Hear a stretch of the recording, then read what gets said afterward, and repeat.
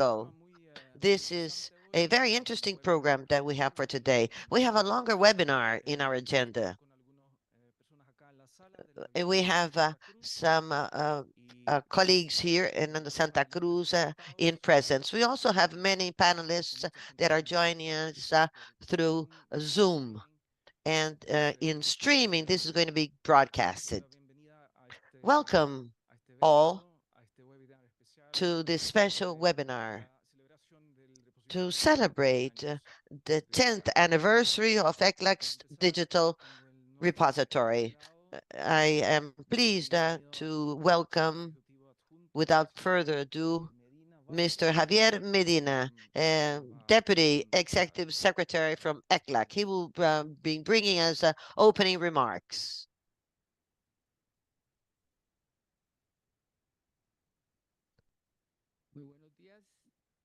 Estimado Wouter, estimados Good morning, dear Walter, dear participants,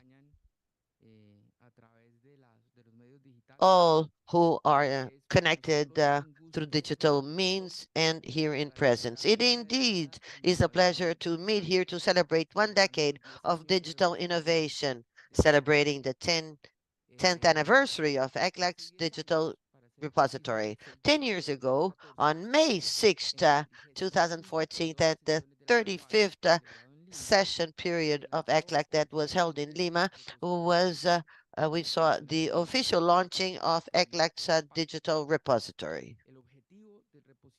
The goal of the digital repository at first was to provide access from a single web platform to all ECLAC's publications in a digital format since 1948 until today. That is, covering the whole history, thought, accomplishments, the different stages of ECLAC's evolution, the creation of a single source, a single database for ECLAC's main publications, that main output, has eased the dissemination towards academic and educational institutions to measure impact and to preserve ECLAC's impact in the mid and long term. I do believe that for the region, this has been a landmark. It has allowed us to see what has been done throughout the life of our institution. This has been a slow but a safe and sure publication. Only 10,000 years were disseminated now in the past, but now more than 43 digital assets with more than 8,000 authors are being published with an average of 1.2 million downloads or hits per month. This is a tremendous success, and it's due to two main reasons. First, a strict integration of the repository at the main website, CEPAL, ECLAC, Estat, and others from ECLAC. Secondly, because of an active dissemination strategies to all users. For us, the segmentation of the users and the attention of special needs have been and will always be a priority for ECLAC in the future. Multimedia products such as photographs, videos, audios are more and more important for ECLAC's work. This trend is reflected in this repository. We already have a collection of about 1,500 multimedia material. According to our expectations, this is going to be facing tremendous growth in the near future. I'd like to insist on the interoperability of ECLAC with Estat. For those who don't know, CEPAL Estat is the platform of all statistical data coming from ECLAC. And I'd like to underscore that in April, we had a record with the largest number of queries, monthly queries to CEPAL Estat with 1,100,024 queries. That means that the platform, ECLAC's platform, has been more user-friendly, allowing for more connections. The people have therefore a useful experience, and as a result, more and more questions. The interoperability between the repository and CEPAL Stata is very useful because it is fluid. It is also a semantic interoperability, which is very important. It allows us to offer a personal, individual experience according to one's special needs. ECLAC is a multi-stakeholder platform. It offers uh, to the public, private, civil society, media access with ease of access. And so with AI, we would like to go deeper into that. We are now offering the information from our heritage. The library, Hernán Santa Cruz from ECLAC, is one of our main assets, and we're proud of it. We have invited distinguished experts from different institutions and latitudes in order to come to talk about digital repositories looking into the future, having foresight. We also will look at the impact of in artificial intelligence and the challenges for digital means. We will hear the interesting proposals in changing a paradigm toward a culture of data with a very rich information from our repository that will become raw material to look for new perspectives in research. Thus, ECLAC it not only manages and offers our digital repository, but it also adds a value to this raw material through collaboration with researchers from the region and from the globe, offering technical assistance to the governments in the region and offering this kind of innovation. That means that we are trying to get the production of our knowledge to relate to the distribution of this knowledge and its use. That is what we are now calling a knowledge management strategy. Today, we will hear from two researchers from ECLAC on how the repository is used on a daily basis, needs and suggestions to improve the platform constantly. We will take a look at the role of our repository and repositories at large in academia, government use through the experience of different countries. And this is evident through this agenda. The importance of interoperability to build regional and global knowledge. We will hear also the experience from our colleagues from the World Intellectual Property Organization, WIPO, and we will be hearing about Creative Commons licenses and improving the reach of publications. We will also hear about the role of semantic repository web, the data and knowledge.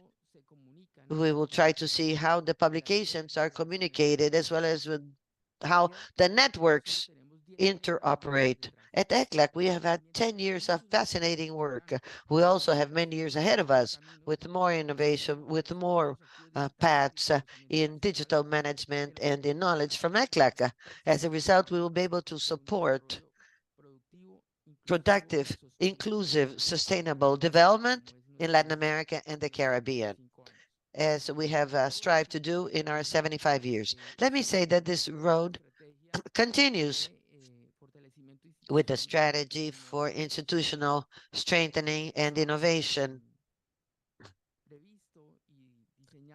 This has been designed by Jose Manuel Salazar, our executive director. This has been circulated and discussed with all directors, giving way to 4 task force groups who will be thinking about these topics and who will be part of the discussion on the publications. But not only will they be offered in PDFs and physical means, but also through this new digital paradigm. I'd like to thank our speakers today for their generosity and for sharing their information with us. I'd like to thank also the public here in presence at our Hernán Santa Cruz Library and for all of those who are connected through virtual means. I also congratulate the staff from this library, from the web division from ECLAC, the Executive Secretariat, Statistics Division, Publication Division, Public Information Divisions, in Information Knowledge Division that all make this feasible, as well as the budget division and programs for their collaboration during these 10 years of ECLAC's Digital Repository. I also thank you for personally for this work, this institutional strengthening. Thank you all. And because of you, this repository has become a benchmark from ECLAC. I hope you will have an excellent learning experience today with many new ideas for new projects that are so needed for innovation and institutional strengthening. We can tell you that this session will be actively considered having that purpose in mind.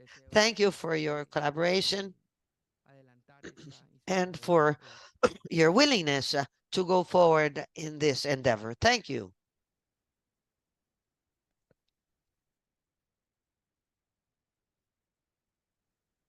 Muchísimas gracias, secretario ejecutivo adjunto. Thank you, Deputy Executive Secretary. We will now give the floor to Tomas Padilla. Are you following us, Tomas? Are you on? Can you hear me? Yes, I can hear you. Excellent. And we can see you also. So that's amazing. Thank you so much. Thomas is the Deputy Director of Archiving and Data Services of the Internet Archive in Canada. And he's going to present us the keynote on libraries, repositories, artificial intelligence, collections as data. Thomas, thank you so much for your generosity, for giving your time. And very curious to hear your presentation, your keynote, which I'm sure will be very inspiring for a lot of people. So there you go, Thomas, the floor is yours. Great, thank you. I'm just going to start my slides. One moment. Okay. I have started my slideshow. Can I have a confirmation that you can see my slides? Yes, we can see it. Okay, fantastic. Well, good morning, everyone, from Las Vegas, Nevada, here in the United States. It's an early morning. I'm happy to be here with you all. I wish I could see more of you in person, but perhaps that's at some point in the future. We can hope. My name is Thomas Padilla. I work at the Internet Archive. Today, I'm going to talk about libraries, collections as data, and AI, and hopefully that suggests some futures for repositories as well. Congratulations to our hosts on this momentous celebration, and I'm hoping to make a good contribution in the spirit of the celebration. So I'm going to talk about libraries, collections as data, and AI. Considerations for the future, but most considerations for the future have to start with a discussion of the past. So you might be wondering, what is collections as data? What is that thing? What is this thing? I'm going to try and explain what I think it is through a bit of an origin story for myself. More than 10 years ago now, I started my first academic library position at Michigan State University in East Lansing, Michigan. Lovely place if you ever have time to visit. I started as a digital humanities, linguistics, and philosophy librarian. And in my digital humanities work, one of the things that just practically I always had a challenge with was finding data to teach students and also researchers and faculty introductory text and data mining methods, programming with Python, but with library materials, cultural heritage materials. And I had a really hard time doing that. I would comb the internet. I'd often find myself at Gutenberg.org, or even at that time, and this is not me trying to promote Internet Archive, but even at that time, Internet Archive was a source that I tried to turn to find materials. And one day I was sitting in the library, in an area of the library called the Treehouse, because it was surrounded by trees. And I was combing through the library website. And what I found in various portions of the library website that described our collections were a set of various projects, digital collections projects, early ones from the early 2000s, funded by federal funding agencies in the United States, like the National Endowment for the Humanities, such as this one called Feeding America, where much of the work in this project was in digitizing historic cookbooks, doing sort of high definition scans, and then providing giant pictures of pages from these cookbooks that people could look at to try and understand the history of cooking in the United States. I luckily happened to sit along with our systems librarians and our library programmers. And one day I just asked, could I have access to the directories that hold these various files? I'd like to kind of poke around. And what I found, lying under the surface of the interface to this digital collection was a significant amount of structured data that had been created to enhance this particular collection.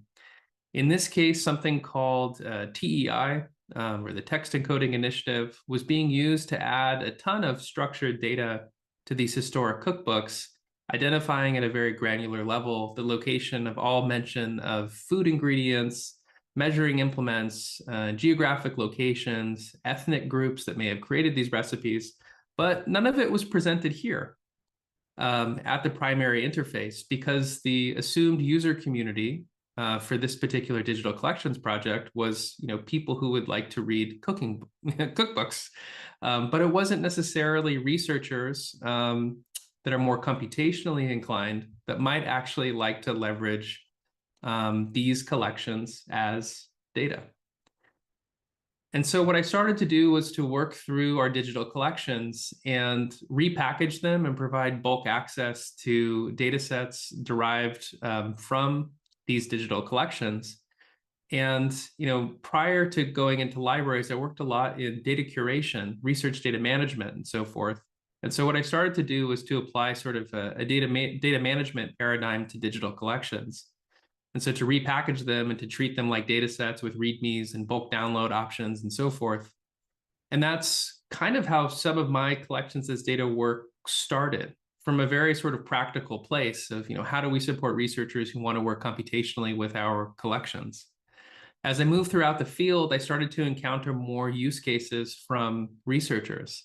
There was a historian, I believe a PhD student at the time at CUNY, who was working with the memcons and telcons in the Kissinger files. And, they were doing topic modeling, I think, at the time. And, they were working with databases like this one. I can't remember which vendor sells this particular database, if it's Gale or ProQuest or whatever.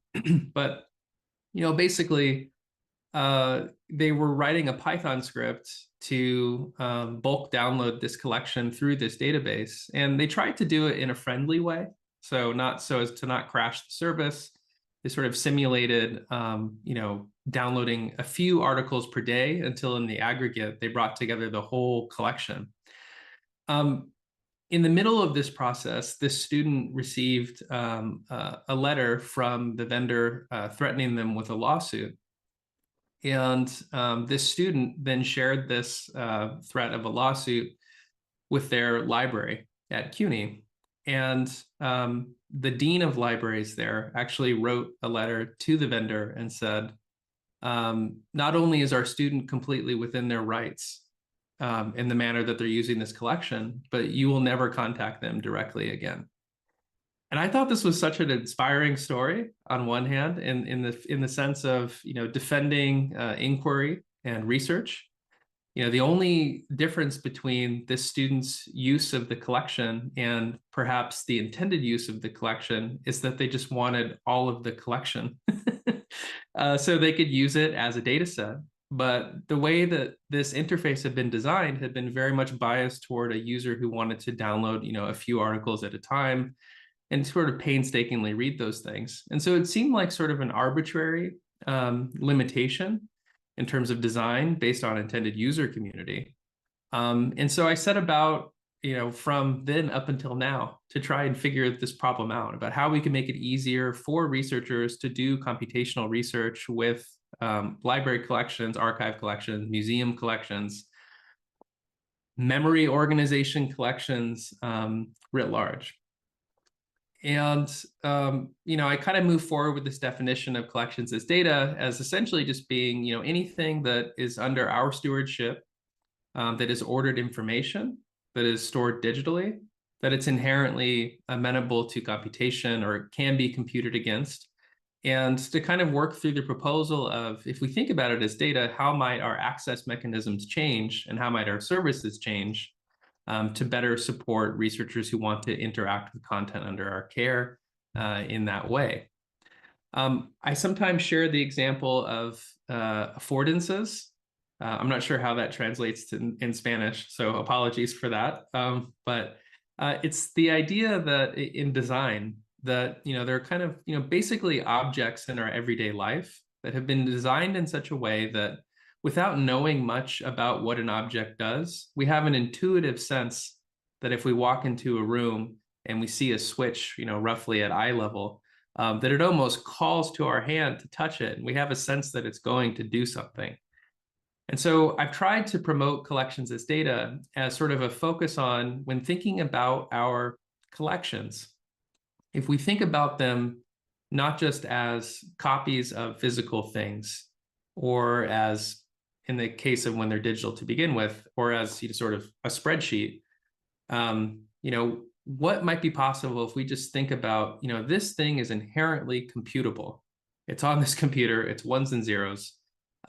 What might be possible and how might we design for that in terms of our access mechanisms, services, the way that we describe collections, the way that we package collections, and so forth. And so from 2016 to the present, really, I've been working on various projects to try and promote collections as data within memory organization community and academic contexts, and also government as well. It began with a project supported by the Institute of Museum and Library Services in the US called Always Already Computational Collections as Data. And that was really focused on gathering up various stakeholders working in universities and memory organizations in the United States, big institutions, small institutions, and so forth, to kind of just discuss this challenge and to sort of formulate a sense of the field. So we did that for a few years and then had a subsequent project that sadly coincided with the pandemic and was made much more difficult by that, but it was a good project. It was called Collections as Data, Part to Whole. It was supported by the Mellon Foundation.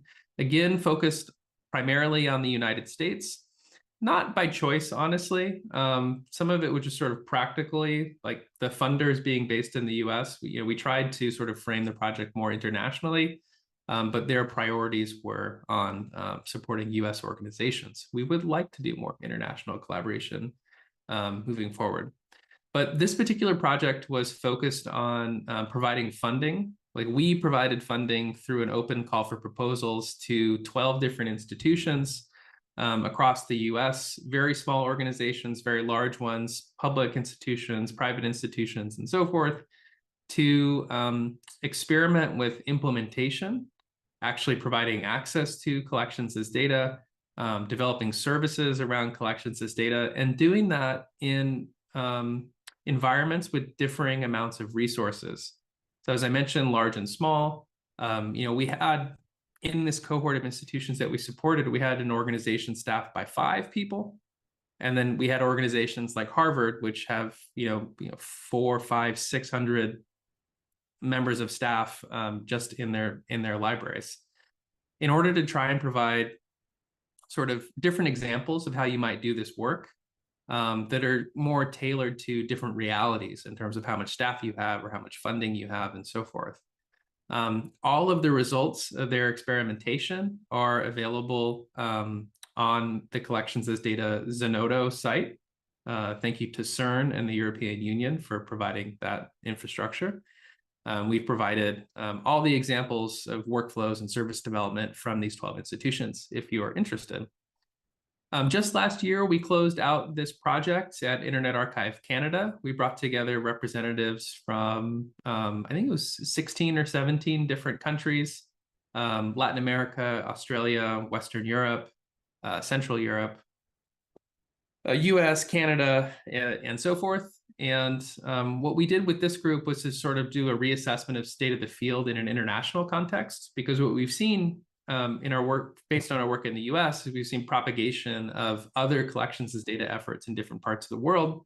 So we thought it would be an opportune time to bring everyone together and try and get a sense of the state of the field with respect to collections as data work. We produced many deliverables out of this project. We had them professionally translated into Spanish as well, if you are interested. What came out of that meeting in Canada was the Vancouver Statement on Collections as Data, which is sort of an updated statement of ethical principles and responsible development relative to collections as data. If you'd like to see that professionally translated into Spanish, it's available.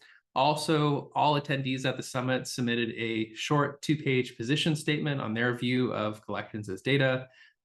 Those are also available if you would like to see them. Hundreds of pages of them.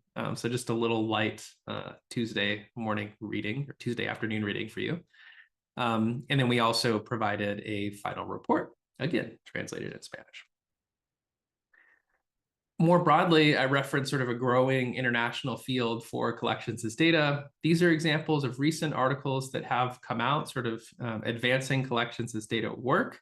One from the National Library of Sweden, fascinating in the way that it connects collections as data work with AI model development for the Swedish language and Swedish culture.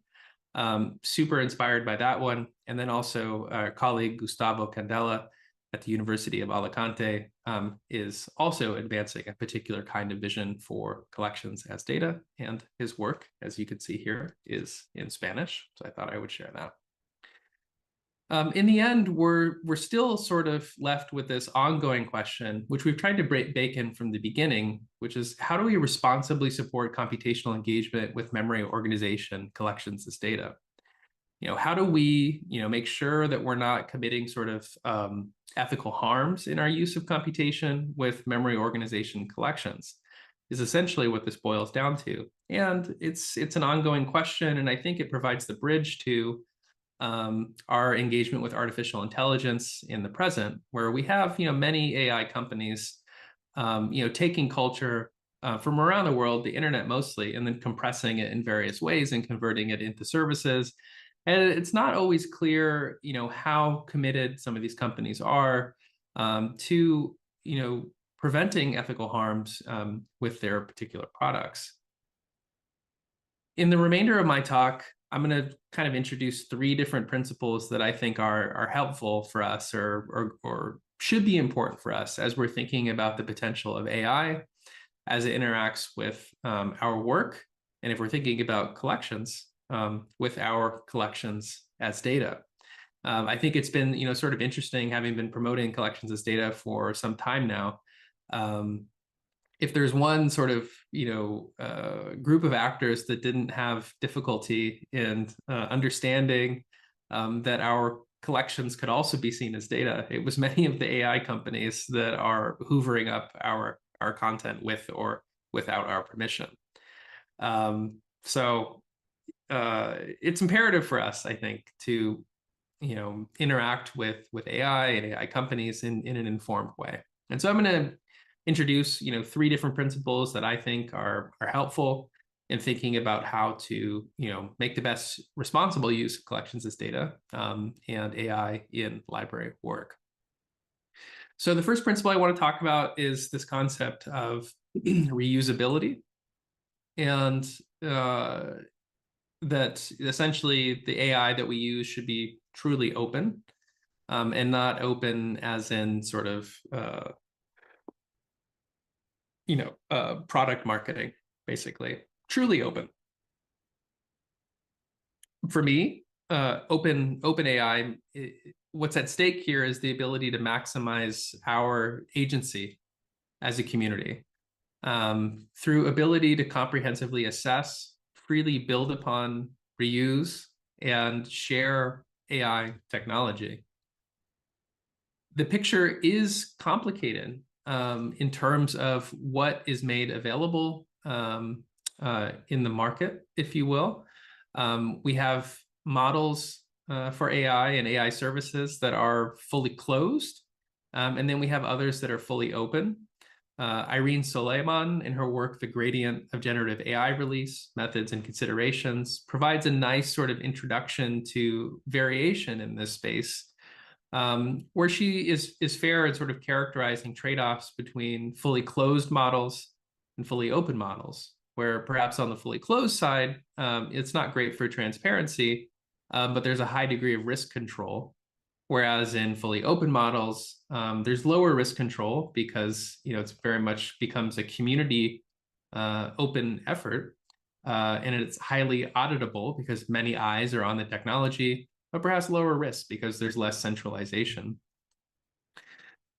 We need to be sort of keen observers of various offerings that are made available to us. One of the bigger ones in the past few months has been Llama 2 from the US company Meta, self-described as open source, free for research and commercial use. But how open is this really? Like any good librarian, what I do is look at license agreements where they're available. And if you dig into the Llama 2 community license agreement, things get interesting. You start reading through this and you say, okay, if I use this Llama 2 thing, this purported open source technology, I'm granted a non-exclusive, worldwide, non-transferable, royalty-free, limited license under Meta's intellectual property or the rights of blah, blah, blah, blah, blah, blah. Blah, blah, blah, right? Everything seems kind of normal here so far. And then you go to, term 2, and then things get interesting. It says, if on the Llama 2 version release date, the monthly active users of the products are greater than 700 million monthly active users, you must request a license from Meta. So this is interesting because it's kind of just like a subtle, everyone can use this except for Google, Netflix, the other gigantic companies.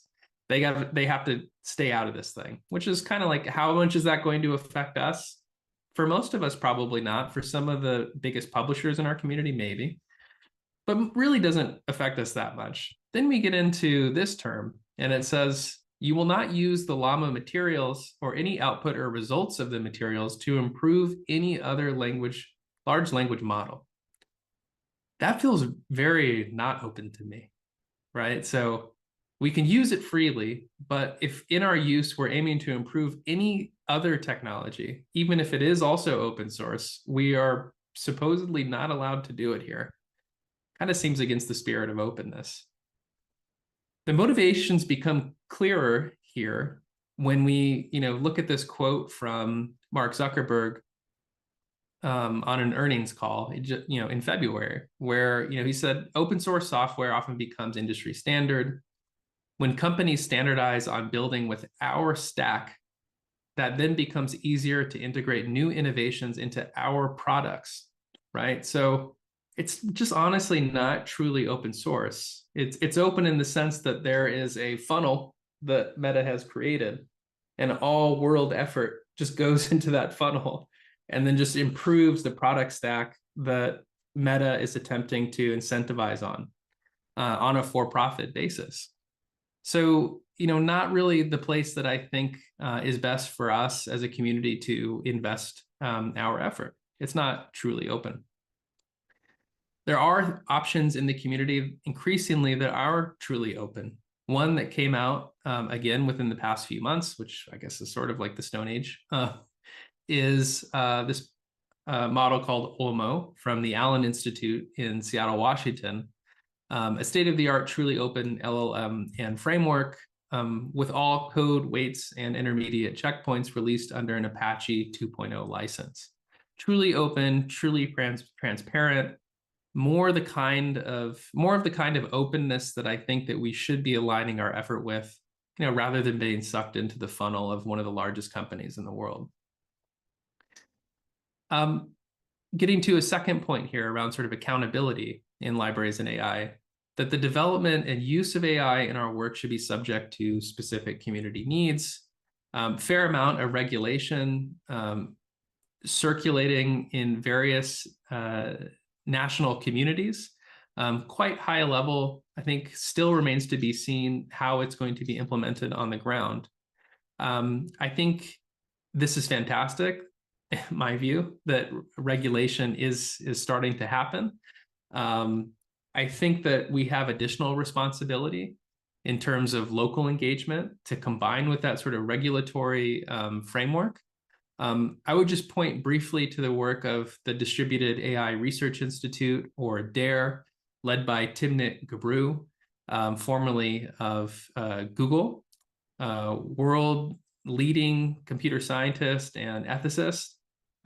She, orients the work of the Institute in a way that I think is particularly helpful for us. So in the way that they engage with AI development and in the way that they help other organizations engage in this work, they're really focused on community and reducing the distance between researchers or memory organizations and the communities that they're aiming to serve, to ensure that there is robust and consistent community input so that the AI use best serves that particular community. They are very attuned to differences in power between organizations and communities, and they provide guidance on how to create spaces for communities to question, say, elite organizations or elite communities who may be pushing forward with the use of AI, but it's not necessarily clear that there's full buy-in on behalf of the people that would be served by artificial intelligence. Lastly here, I think it's important that our use of AI is sustainable and that our adoption is guided by a stewardship mindset. I believe that a sustainability strategy in our work depends on awareness of interdependencies, connections, threats, and opportunities.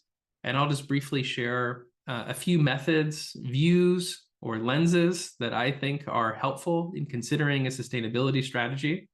One being an exploded view, a systems view, and then what I just call a replacement view.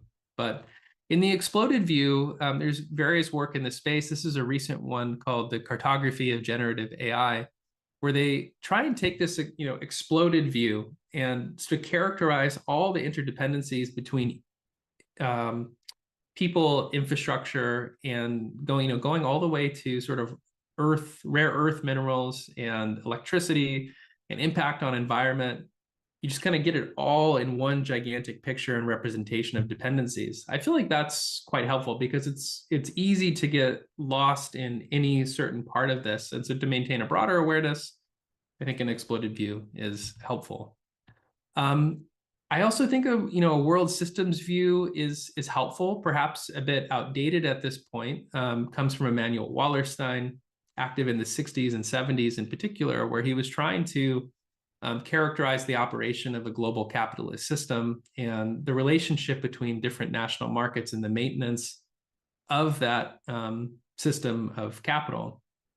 And I think that there is, unfortunately, the threat of, replicating how capital, has functioned in terms of relegating certain parts of the world to a not optimal place that's kind of being replicated in AI as well, where perhaps in the US and in Western Europe, there's the risk of exclusivity in terms of access to high performance computing and in terms of artificial intelligence development, and then sort of like this purgatory that gets exacted on various parts of the world to extract rare earth minerals in dangerous conditions, or to be doing sort of content moderation and not paid very much. I just think it's like we don't really have a good model, I think, even just in terms of practically like AI procurement as a service, where we're factoring in labor conditions, impact on the environment, and so forth.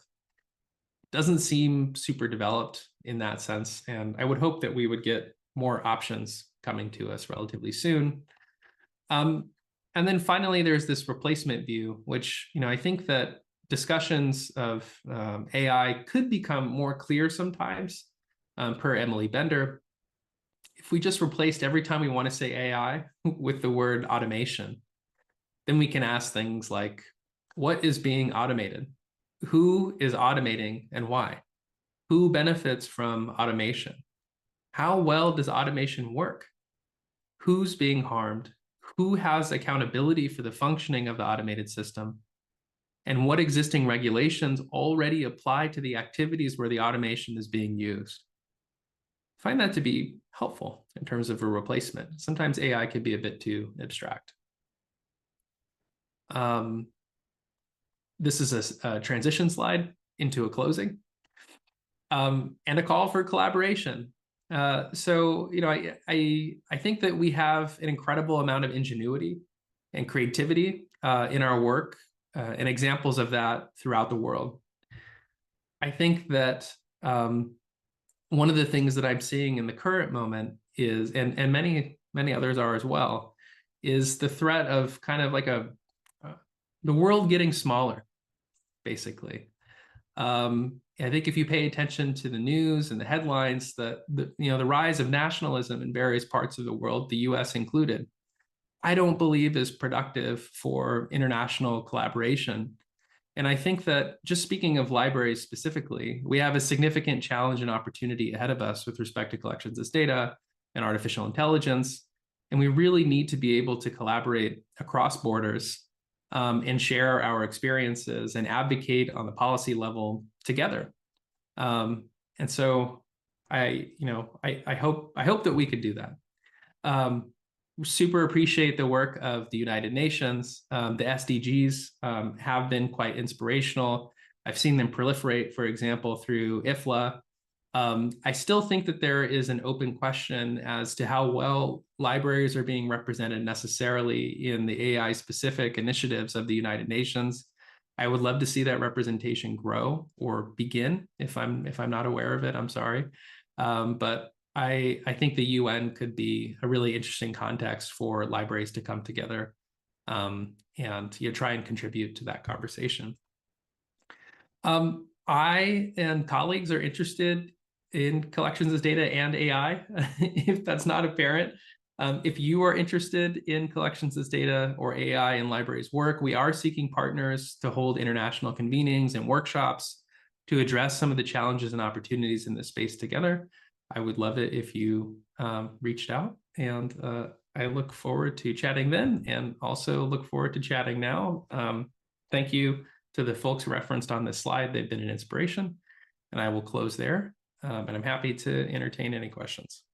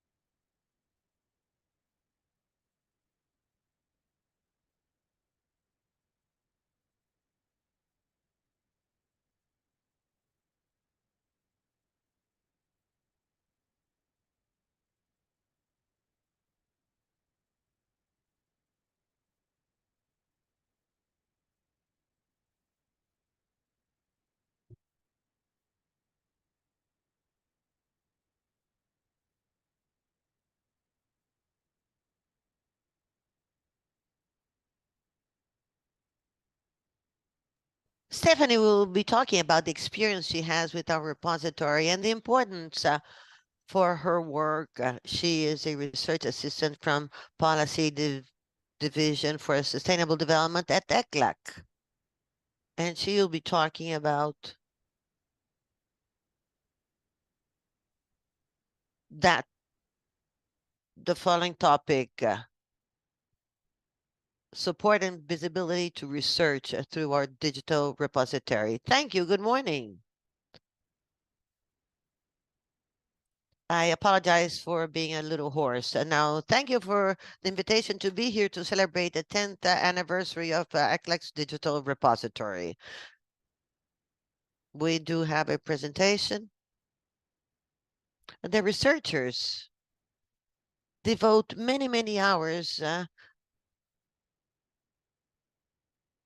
in doing research, in creating documents that may have an impact in the field of research and in other purposes.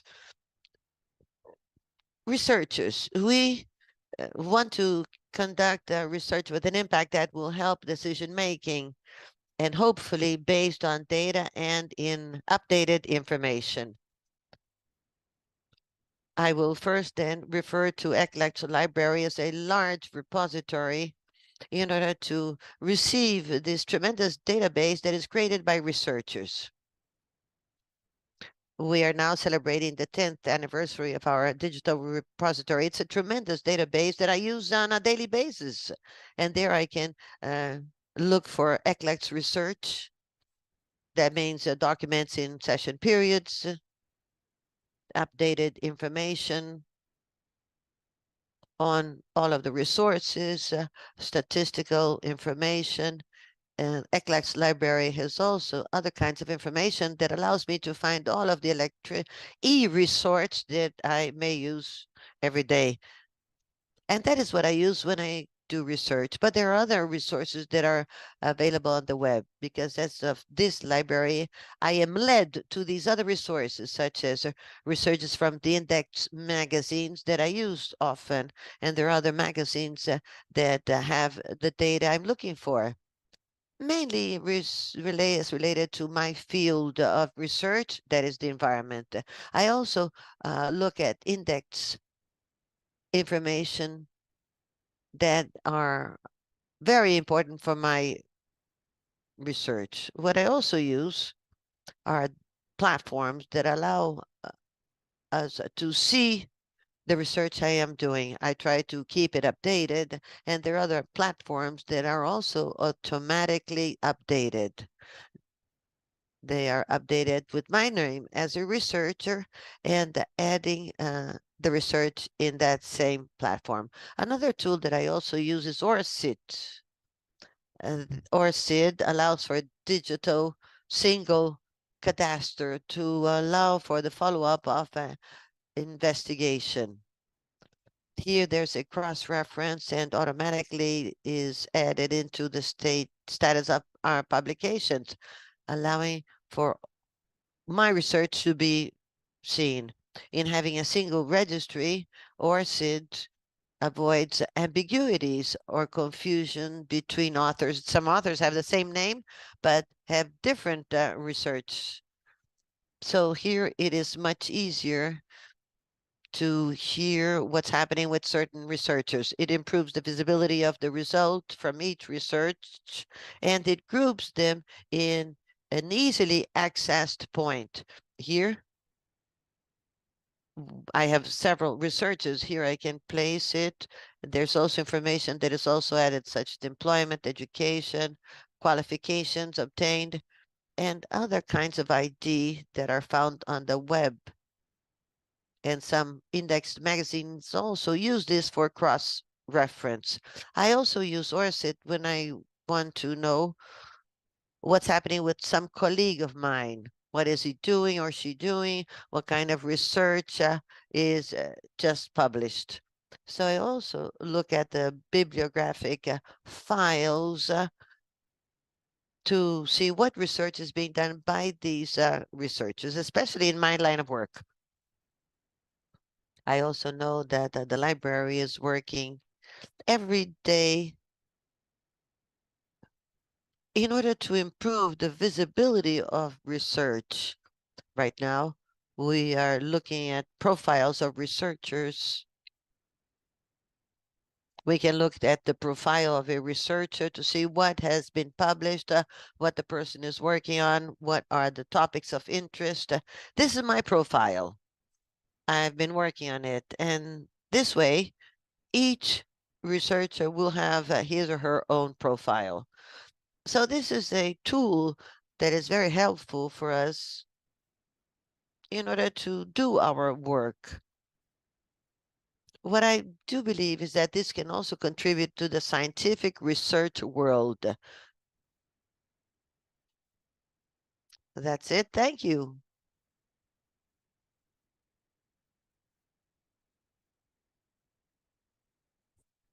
Thank you, Estefani.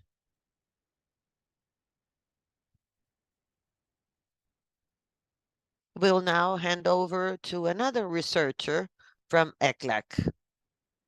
I'm talking about Orlando Reyes, Senior Assistant of Economic Affairs from Non-Renewable Resources Division, ECLAC.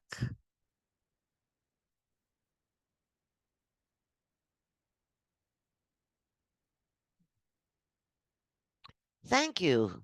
Good morning.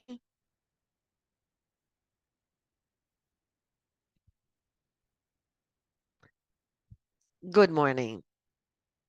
I greet all of you who are physically with us at Hernán Santa Cruz Library at ECLAC. I also wish to greet all of the participants who are following us through Zoom. Let me thank for the invitation from the library to be here. I also thank the technical team that has allowed for this to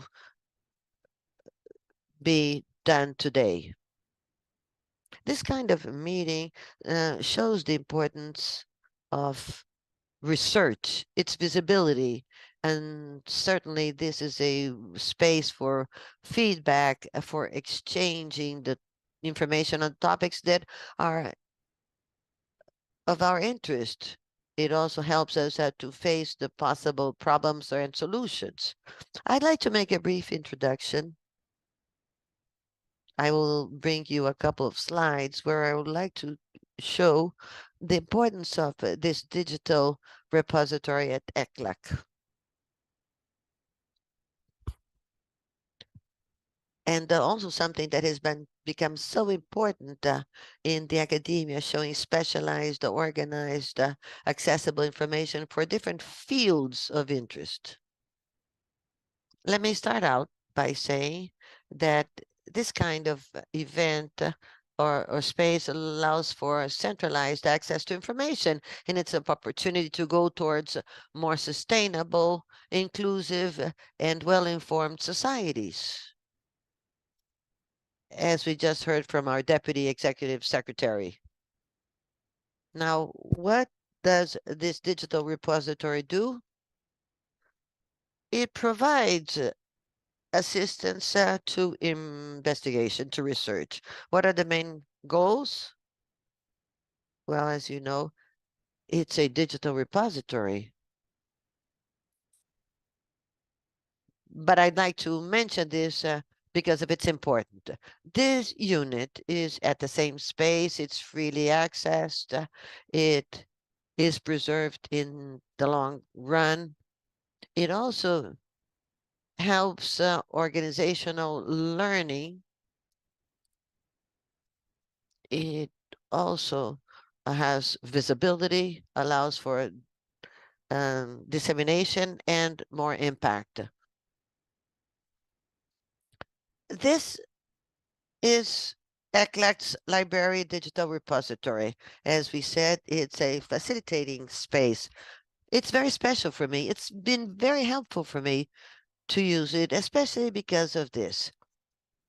We have been dwelling in different topics of great interest. I started in the climate change division in sustainable development department at ECLAC, and this showed us these documents that we have created, we have generated, and that are available to provide information for decision making. We try to bring in evidence that about climate change. We try to quantify the effects of climate change. And we also have the implications here in addressing measures to face climate change. Nowadays, non-renewable divisions has also shown this. These are the challenges behind critical ore extraction for low carbon societies. And it also brings into this last document the role of non-renewable resources for a more productive, inclusive, sustainable system as aligned by the 2030 Agenda for Sustainable Development. Finally, I'd like to mention a couple of things. Why is this important? It is important because it allows us to create,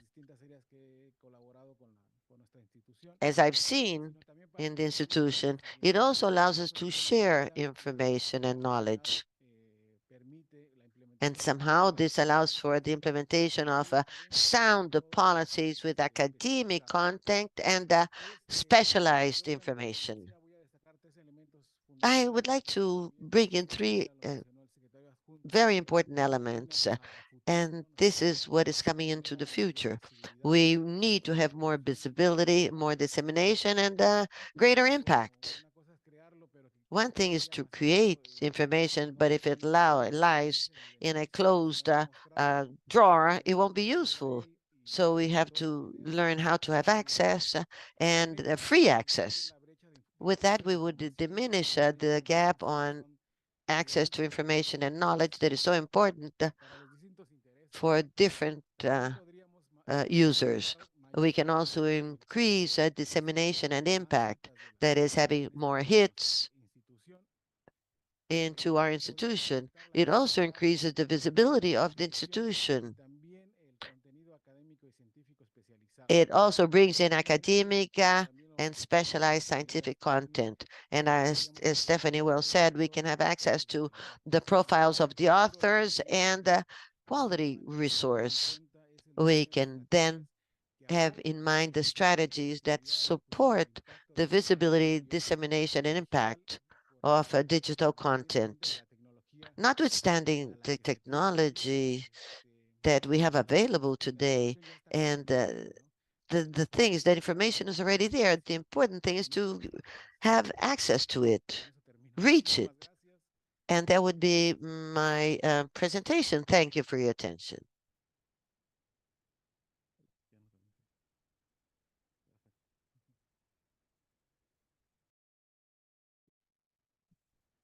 Muchas gracias, Orlando, por tu testimonio. Thank you, Orlando, for your presentation. I'd say that we'd have to talk more with you about this. Indeed, we launch digital products, and we do the work before understanding what are the requirements or expectations from the users.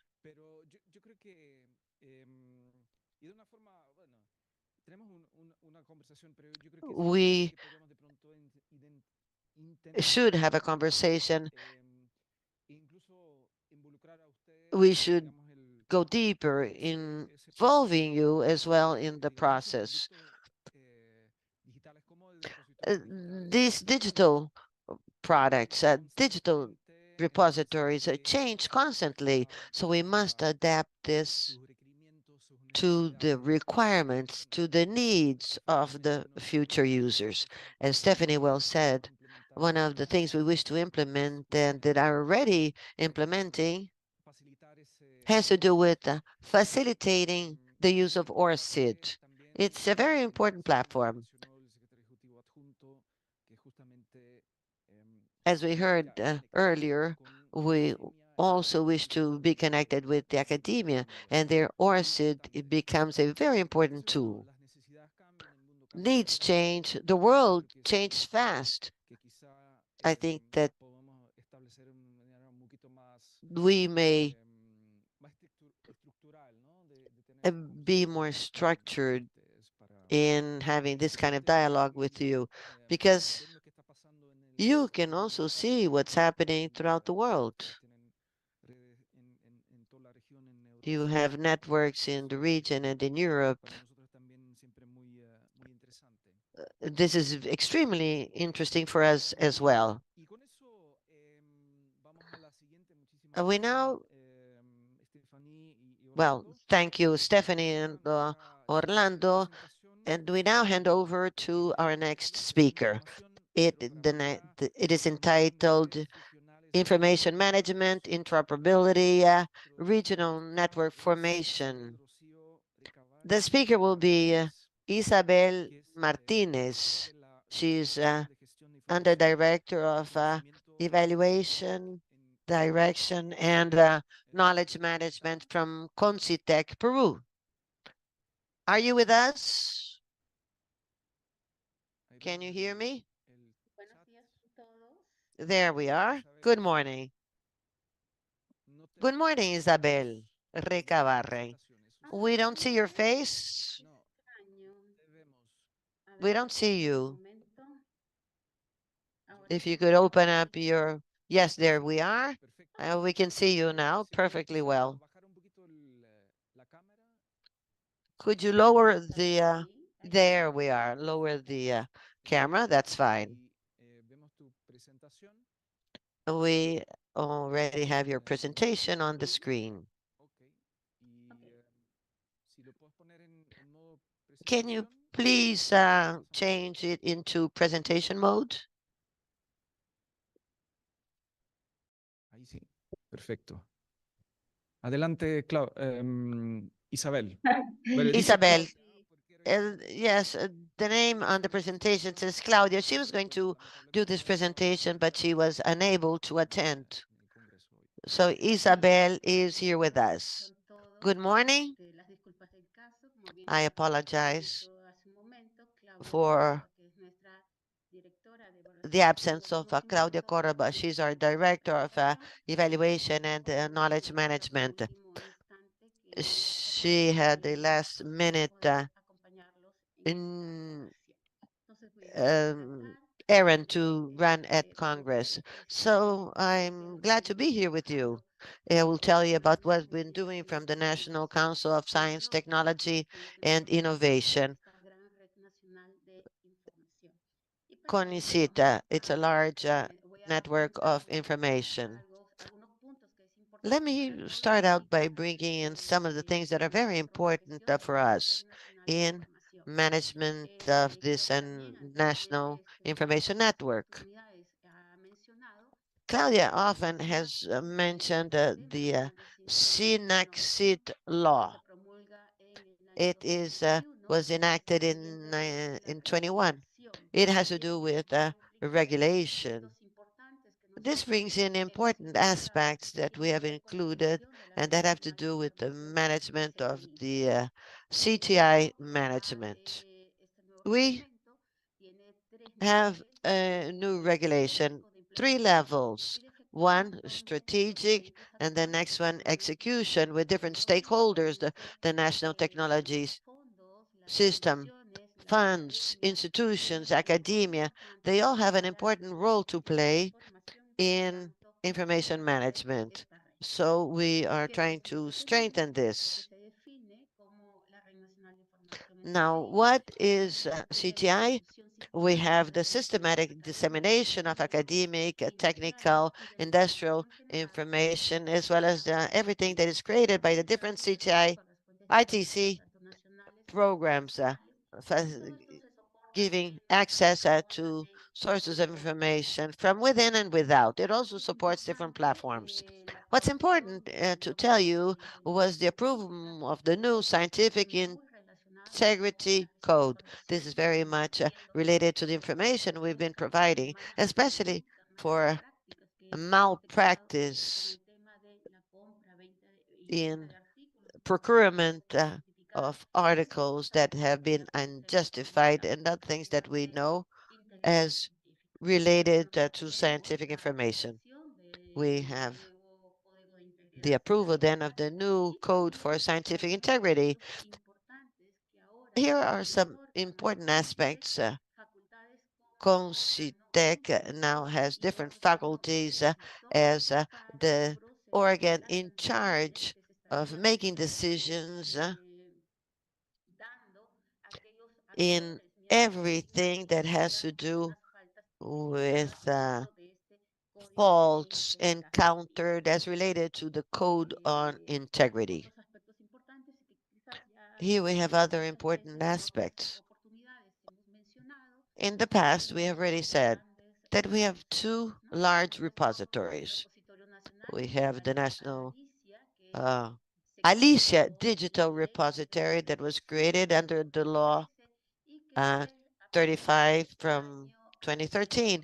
And as of then, we have strengthened it with information management, implementing institutional repositories into different institutions.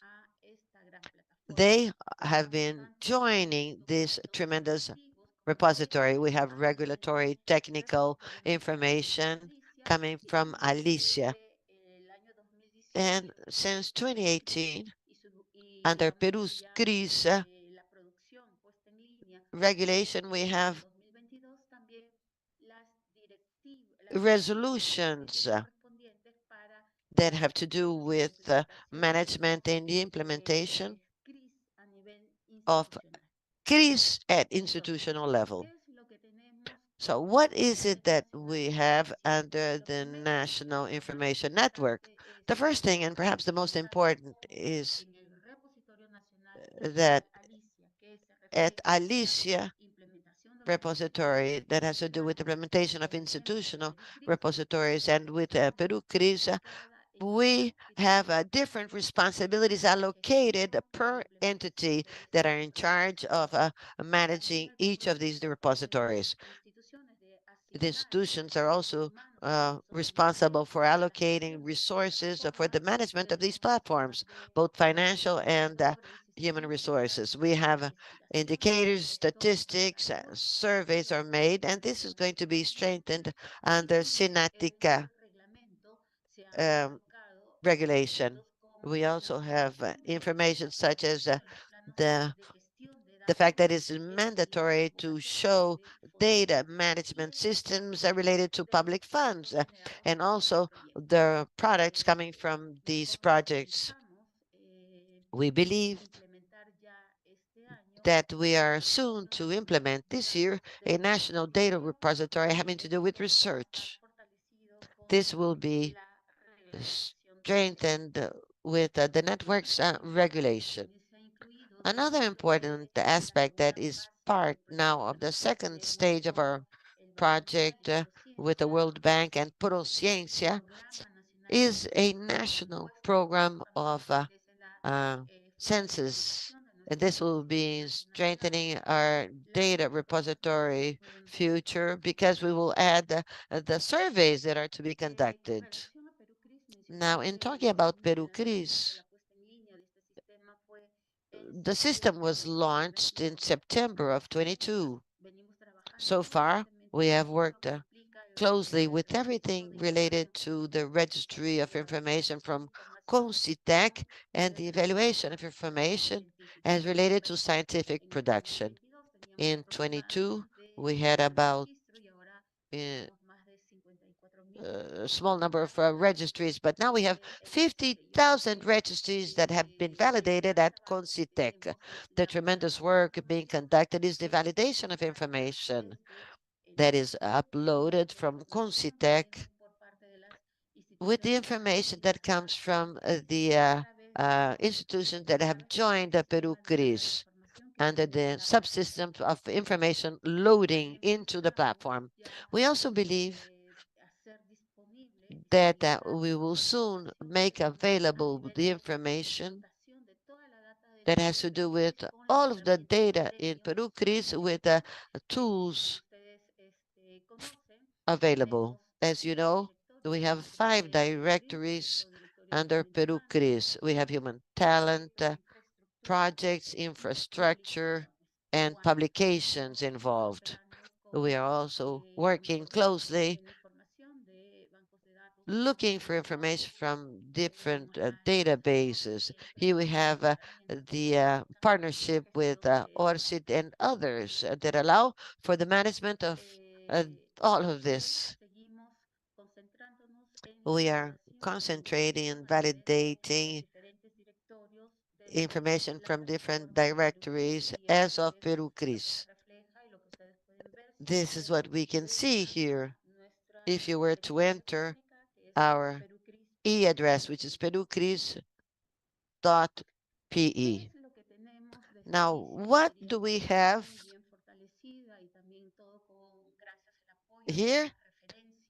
Thanks to the support received in our big matrix, we have already 224 institutions that are part of Alicia, 98 magazine repositories, 140 informations. They all provide information. And from this, we can harvest different metadata that are part of this national repository. We have more than 700,000 publications openly accessed. And here we have different typologies.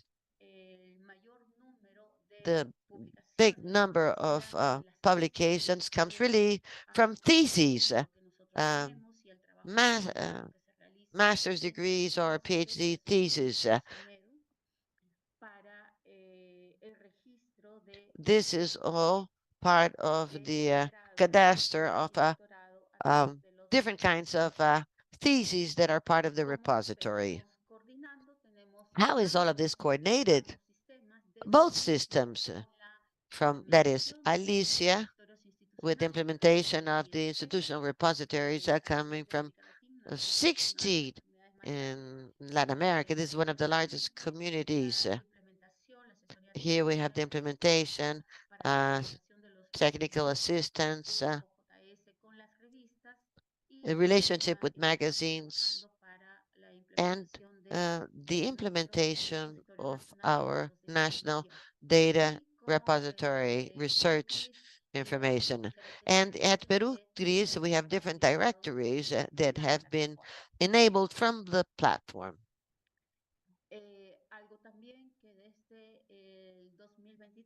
Since 23, we've been working on the evaluation of institutional repositories. This year, we have called on consultation. This year, this is all related to policies for open science. This is something very important for us. This involves politics and the repository of research results and what's happening comparing with the previous year. This year, this has greater weight because after 10 years of the enactment of the law, we will have institutional repositories with the results of research, especially research that has been provided related to public financing. Now, in talking about interoperability, we have 70 institutions that have joined Peru CRIS. Of these, 50 are providing information, but in the country we have institutions that have implementation of products such as Pure. We have 4 institutions that have implemented Peru CRIS. For the rest of the year, we will be focusing the deployment, support, and technical assistance so that institutions may start implementing their own repositories in CRIS. And the uploading will come from the subsystems under Peru CRIS. This is the working flow. It shows the focus we have dedicated into the information that is to be uploaded through Peru CRIS. All of the information that is seen through Peru CRIS is validated by a central node under Concytec, and it is related to different repositories. Now, as to Alicia, we have the same scheme. It all comes through institutional repositories. Only the natural entities or institutions that have institutional repositories will be able to bring in these products through Concytec.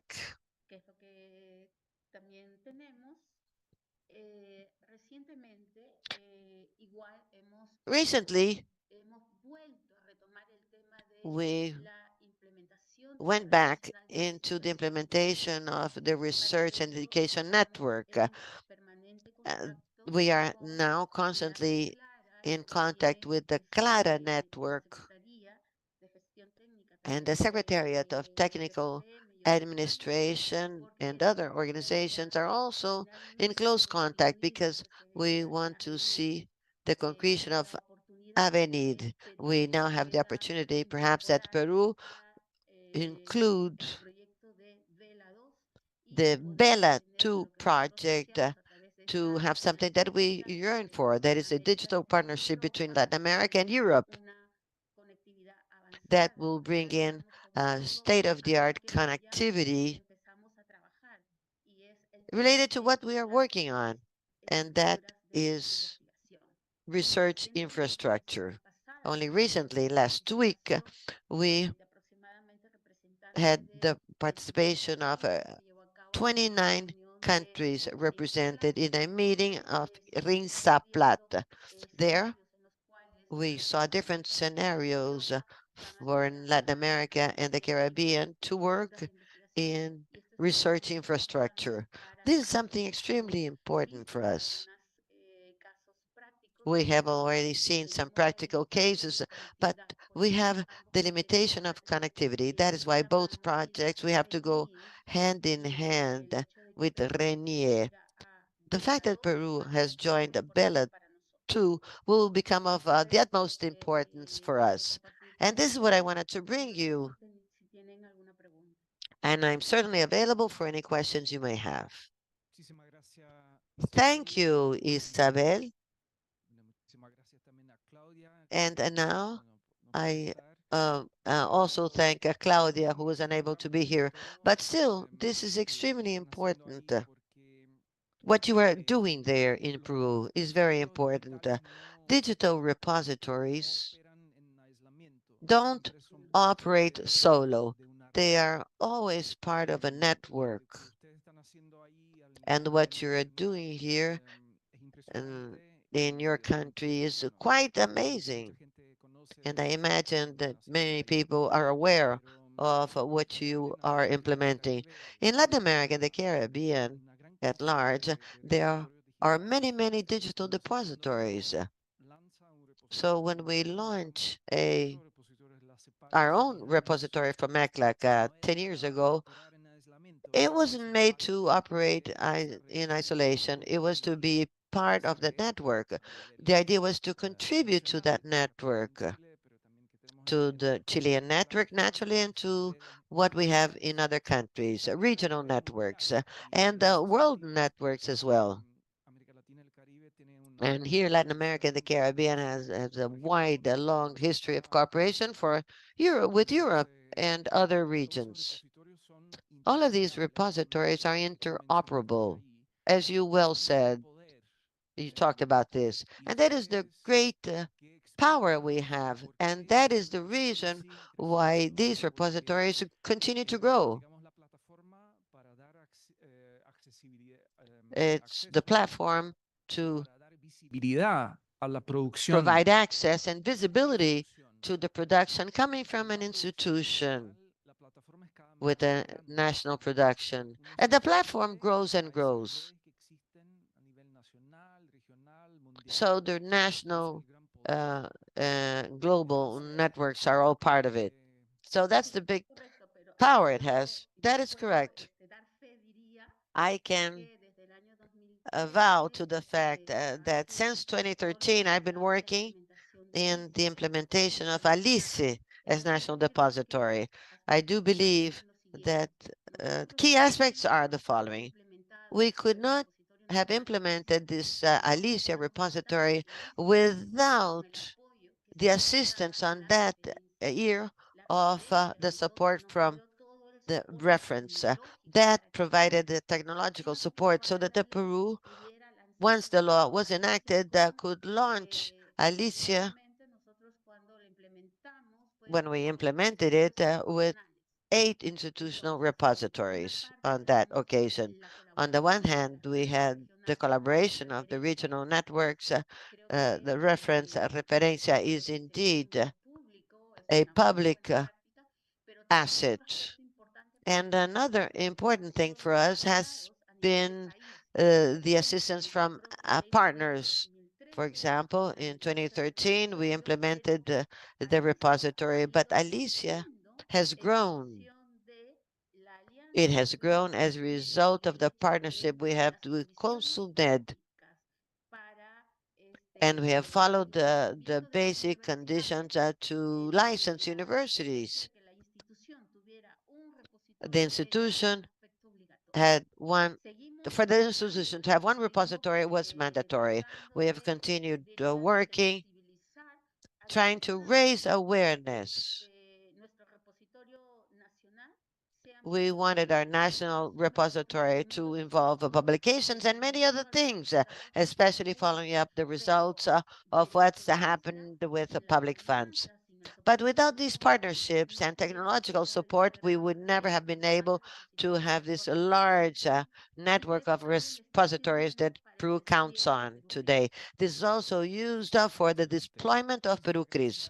Excellent. Thank you, Isabel. Thank you. And we now go into the next presentation. Is from our colleague Charlotte Beauchamp. She's the head of publications and design at the World Intellectual Property Organization, WIPO, United Nations. Charlotte is going to talk about Creative Commons, how Creative Commons licenses improve the reach of publications. Charlotte, are you there? I am indeed. Can you see me okay? Yeah, I can see you. Great to see you again. You too. All right. We're all ears, so please go ahead. You're all ears to my British accent. So my apologies. Not only am I talking to you in English, but also in British English. So I hope that's not going to mess up the interpretation. Let me see if I can accurately share my screen. Here we go. Is that showing okay? Yeah, that looks great. Could you put it on presentation mode? I could. Yeah. There you go. Perfect. All right, Thank you. perfect. I'm just going to move Wouter out of the way and say a big thank you to you. I feel honoured to have been invited to speak to you on this momentous occasion, our 10-year anniversary. My name is indeed Charlotte Beauchamp. I work in Geneva, in Switzerland, at WIPO, the World Intellectual Property Organization, and I'm the publisher there, but I'm also the chair of a group of IGOs who are interested in open access and open licensing. So I'm going to be talking to you today about how open access and open licenses in particular can help us improve the reach of our publications. So as intergovernmental organizations, UN agencies, we have a mandate. Quite often this mandate is actually written into our constitution or our charter to publish the data that we collect on behalf of our member states and to publish the research and knowledge that we create in our particular areas of specialization. And traditionally, there have been 2 additional streams of work to this publishing mandate. One has been that of librarians who preserve that published information and facilitate access to it. And the other has been the area that I work in, which is the marketing and selling that same information.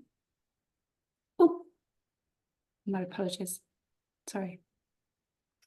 But increasingly, IGOs have been pulling resources away from marketing and sales and moving towards open access. And this has given publishing teams a new role, which is to promote the sharing and facilitating reuse of our knowledge and data. Now, making things open isn't only about removing a paywall.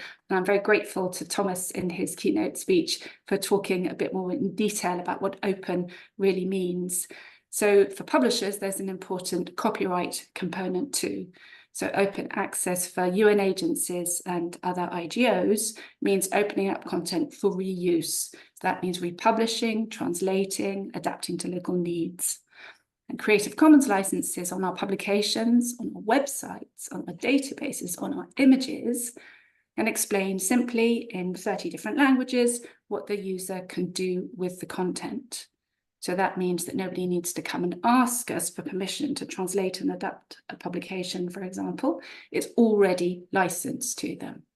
And importantly, the Creative Commons licenses are used by the major digital sharing platforms, including YouTube, Flickr, and Wikipedia. So we have a new mandate of sharing and facilitating reuse of our data and knowledge, but this revised mandate can be quite tricky to realise because it relies on people coming to find our open content. And in the case of WIPO, they don't necessarily know who we are, that we exist, or what we do.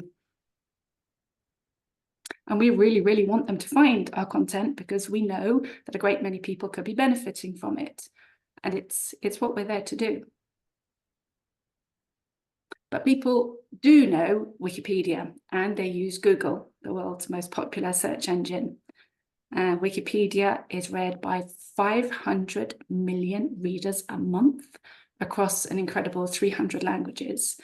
And it's made up of 20 billion articles co-written by 100,000 volunteers. And Google and Wikipedia have become great friends.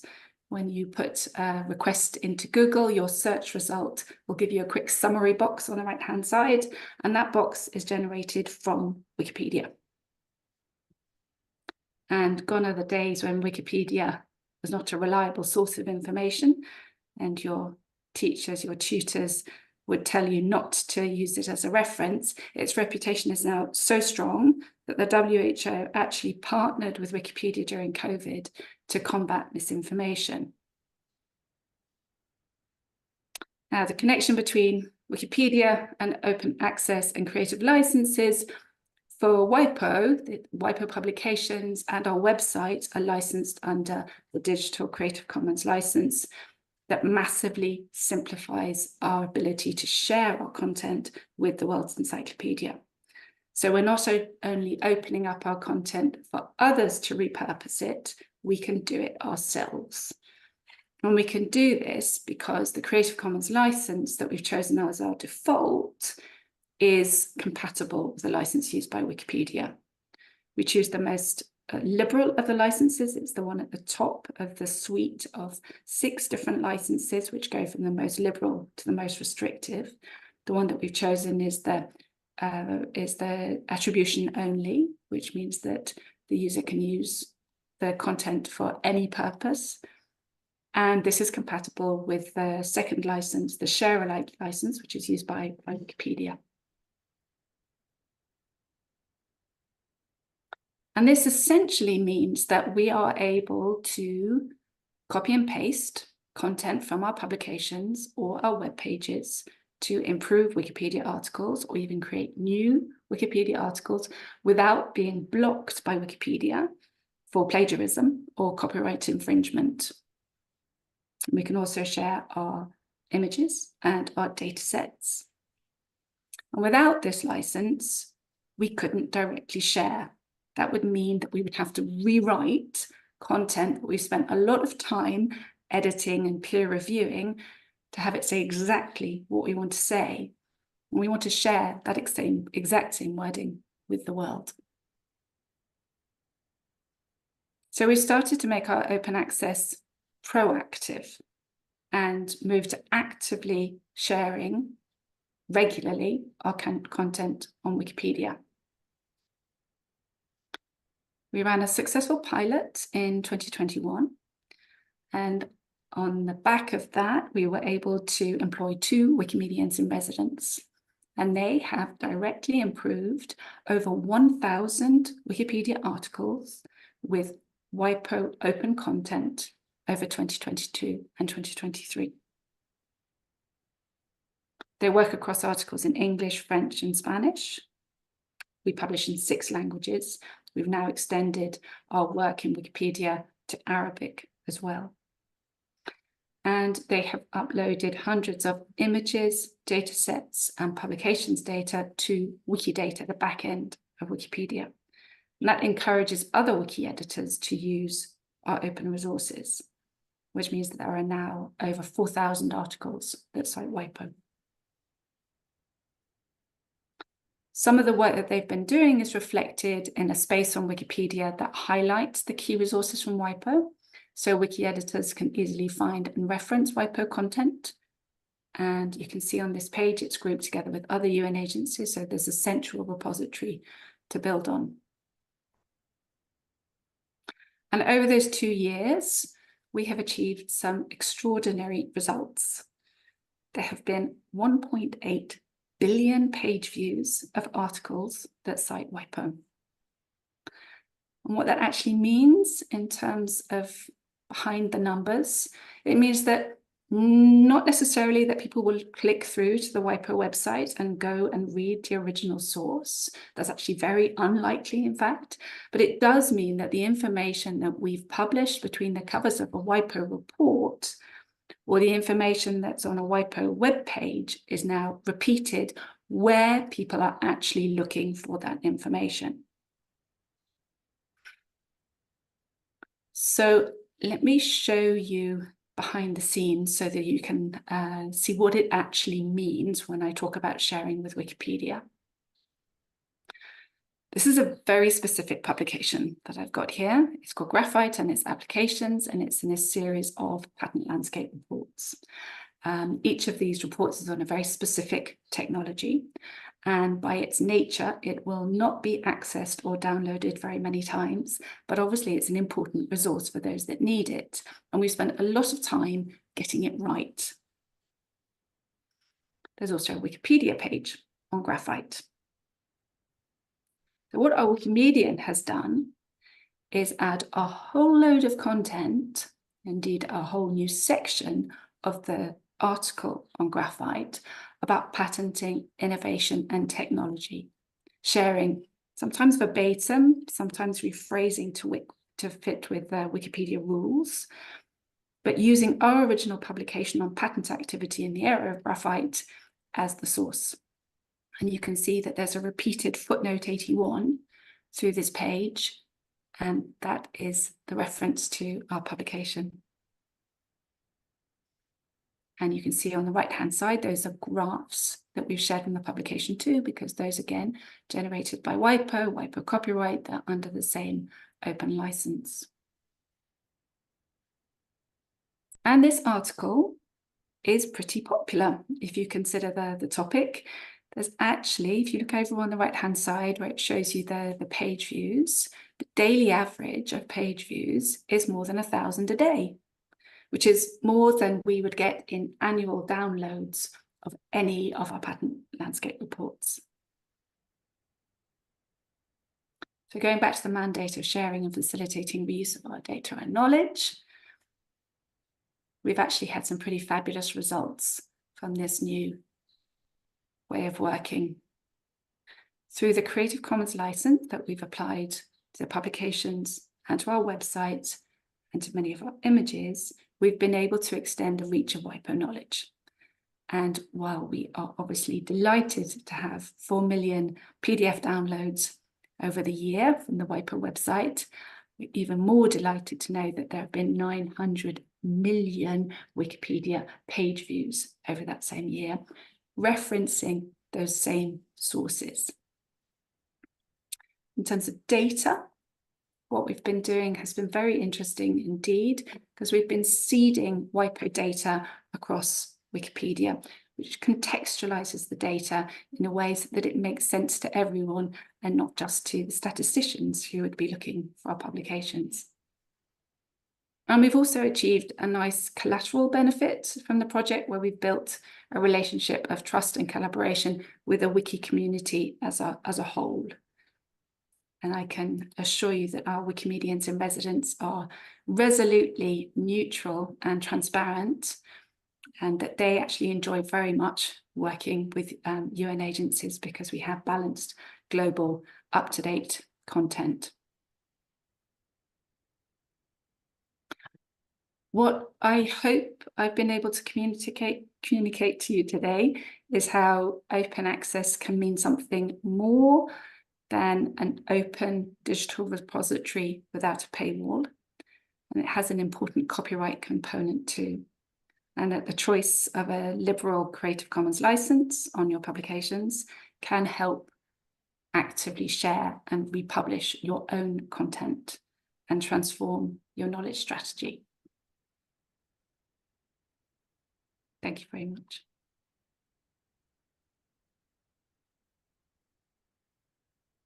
Thank you so much, Charlotte. This is really interesting, and I think this is something that we've also seen with a repository, that you basically, there are two things you can do, and I think, you have to do both, which is basically pull your users to your content, to your website, to your repository, etc., etc. And this is like, let's say, the more traditional approach. But what you are doing there is a less traditional approach, which is to push your content to the natural environment where your users are, which is Wikipedia, which is one of the biggest sources in the world and the most visited resources on the internet. And this is really fascinating how it increases the position, or for how you say, so makes the position of the organization more solid in terms of reliability of information. So WIPO as a source of information, positioning WIPO as a source of information, which is great. But then obviously also, the traffic that you generate by bringing people from Wikipedia to your website, to your repository, to your publications. So this is really fascinating. My question is, in this time of artificial intelligence, how do you deal with the content that these language models use?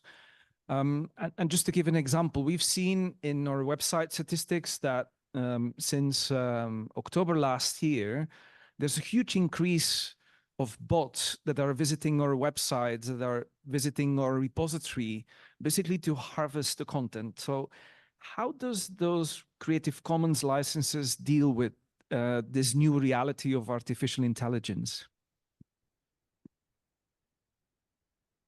I'm going to be very honest, because I'm not a copyright lawyer, so I don't know that there is any legal or technical freedom or restriction when it comes to scraping for large language model work. But I can tell you that making sure that reliable, neutral content, that is what the UN family is publishing, making sure that that is open and that is being reproduced as much as possible to, if you like, drown out the misinformation. I think that can only be a positive strategy. And we know that in terms of weighting of reliability, then Wikipedia has become one of the most reliable resources. So again, making sure that our content is there. I can tell you from the 3 years that we've been working with Wikipedia, they are extremely careful about what you can edit, unless your topic is particularly arcane. There will be an editor watching, and they will be very careful to monitor that you are indeed referencing everything and that you are being reliable and that there's no promotion that's happening in the edits on your page. So I feel it's a strong, reliable resource, and the more we can do to promote and share and republish what we do, then the better the artificial intelligence results will be. Thank you so much, Charlotte. This is very inspiring, really. Both, I mean, sorry about Wikipedia. We've been also working here with Wikimedia here in Chile, and there's definitely more work that we can do there. So thank you for pioneering this, and also for taking the lead in everything that has to do with Creative Commons. This is really inspiring, as we've seen with several international organizations of the UN family already, yeah, this is really an example for us. Thank you so much, Charlotte, for sharing this with us. Thank you. Ok, ahora vamos a una presentación sobre el impacto de los repositorios digitales en la investigación y la educación académica, de parte de María Lucía Lizarazo. María Lucía es coordinadora administrativa del Centro de Recursos para el Aprendizaje y la Investigación de la Universidad de Rosario en Colombia. María Lucía, ¿estás ahí? Aquí estoy, buenos días. Hola, gusto verte. Bueno, les comparto mi presentación. I will now share my presentation. Bueno, buenos días para todos. Good morning, everyone. Gracias por esta invitación. Thank you so much for the invitation. From From Rosario, Colombia, actually, correction, she's coming from Rosario University, Colombia. She'll be talking about the digital repository impact in academic research. It's very interesting to hear everything that is being done by ECLAC and this library. Well, in this presentation, we'll be talking about, as the title says, the impact of digital repositories in research. From Rosario University, it's a private Colombian university, we have seen this impact, so we developed strategies to make this concrete work. We have had assistance from partners at different universities that have answered, and CRAI, University of Rosario, as well as CRAI, that the research center. We belong to the university library. One of the responsibilities that we have in the institution has to do with the management of knowledge and information, and this is extremely important in our society, knowledge society of today. We believe that this is very important, not only to preserve our history and the information that is already made available, but also knowledge information is extremely useful in order to educate the population at large, to develop research, to improve the research we do. This kind of thing has been also affected by ITCs, which is really the main tool we have at hand for the development of the process for information management. Here we see digital repositories that are open access of different types. This is helpful as a technology. It has a main role in the management of information and knowledge because of different reasons. It has an important impact. First of all,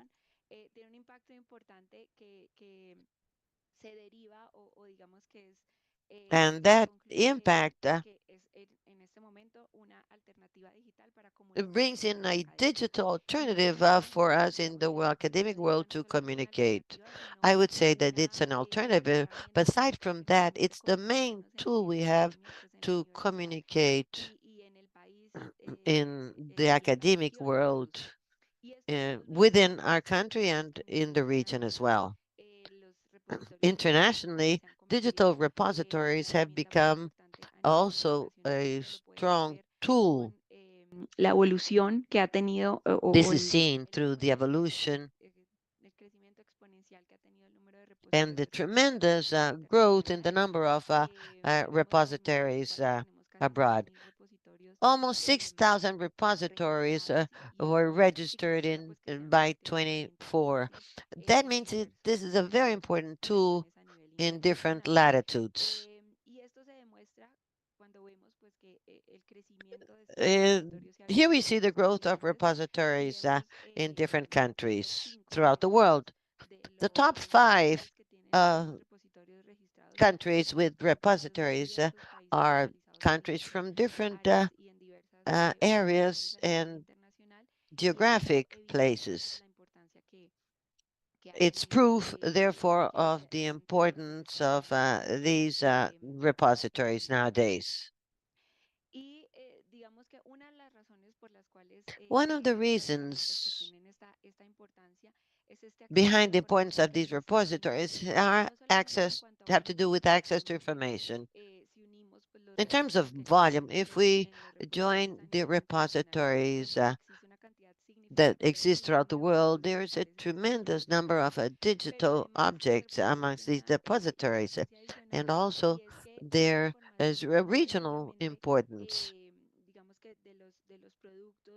Amongst the products that we have found in the past, related mainly to science, in the digital repositories, we find other types of information, resources that were not made available, such as theses, master's theses, different papers, preprints, learning objects, open educational resources, and now more and more data sets that are part of research repositories. So I'd say that it's as of the repositories, we are able to find different kinds of objects, products that are very useful in terms of access to information. These kind of products were not considered in the past, or there was no access to all of this. And nowadays, it's an important tool for education and research. It's also important to bear in mind that in the digital repositories are very important from an academic standpoint. It involves students as players in all of the information world. The students who are perhaps just starting their career as researchers, or those who are just starting in their formation, become protagonists in this world. The products nowadays belong to many of these students, especially when we're talking about theses and dissertations. So they are part now of the universe of information, and this in turn becomes a very important tool for the formation of all of these students. Rosario University, we have there built digital repositories from different perspectives. We have emphasized open science. The repositories of our university have become very important to encourage open science at our institution. We started in 2008 with the creation of our institutional repository that was very innovative on that occasion, because all international and regional universities already do have this. We then, in 2010, began a magazine portal. This was built on that years afterwards, continuing by 2019, we see the research repository from the university. It was created as an innovative tool in the country. We were the first Colombian university to have this kind of repository. We also learned about the experience from universities elsewhere that were used as input for this creation. We then continued with open science. We used tools such as these repositories that have become protagonists in open science. We now have these three tools. We have made tremendous efforts. We have daily strategies so that these repositories may meet their role, that they have an effect not only for our institution, but also for the country and for international purposes as well. Why not? We have different players throughout the world that have visited us. So we do that have hit this platform. So we are working hard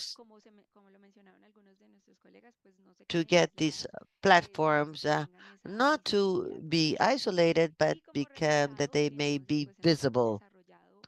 Results. We have now an academic SEO. We believe that institutional repositories and digital repositories at large have the role of bringing an academic visibility,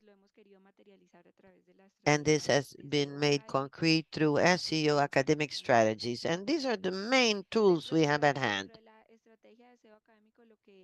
In this strategy, we have deployed a series of strategies and resources so that what we do at the university may be seen in the region.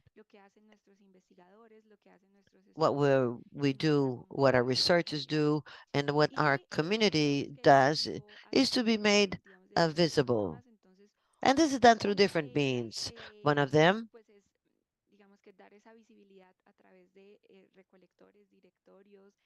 comes through different tools, and that brings in the visibility to our information.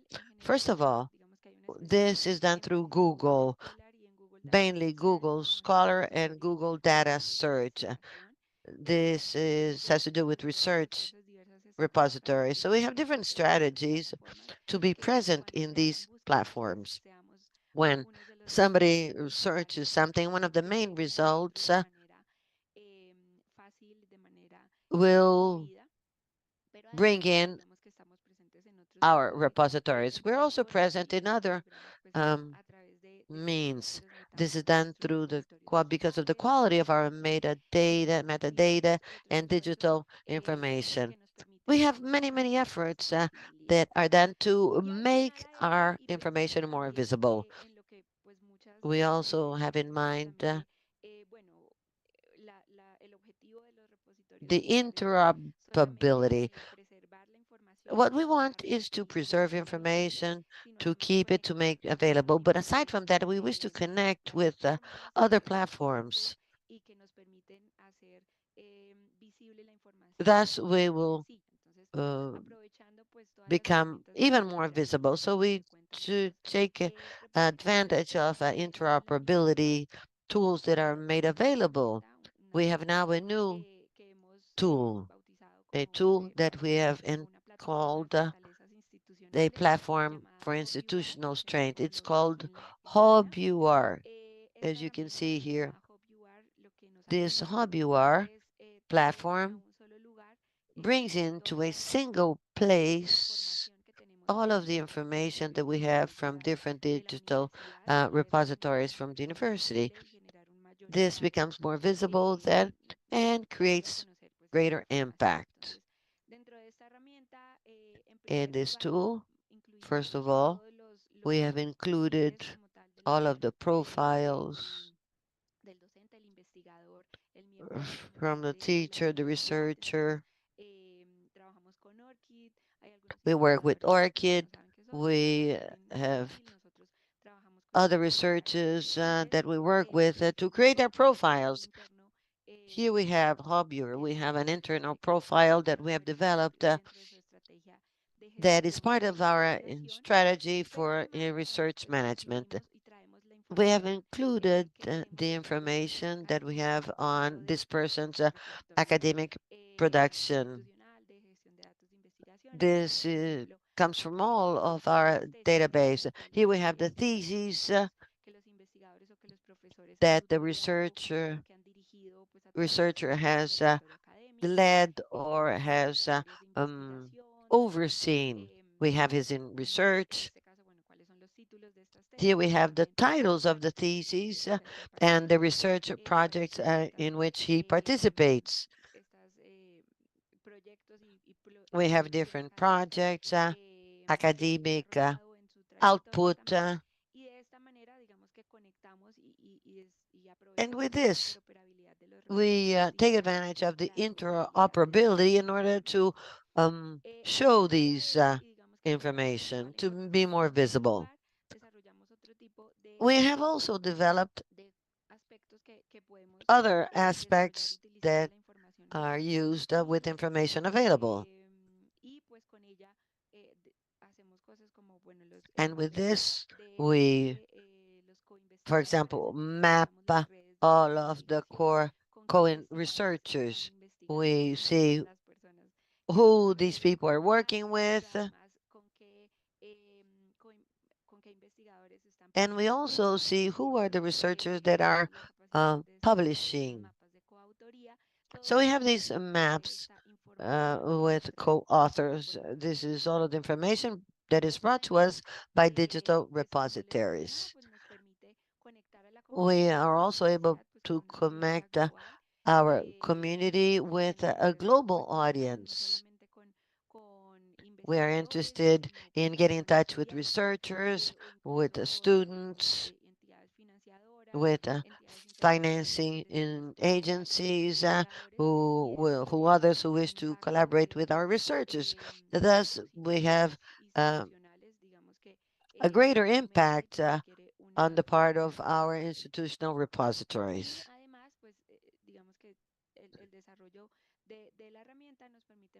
This tool also brings in more visibility amongst our own communities. When somebody puts in the name of one of our researchers, the first or one of the main results will be the profile of that researcher and what we have in our own repositories. This naturally has an important impact to streamline all of our authors.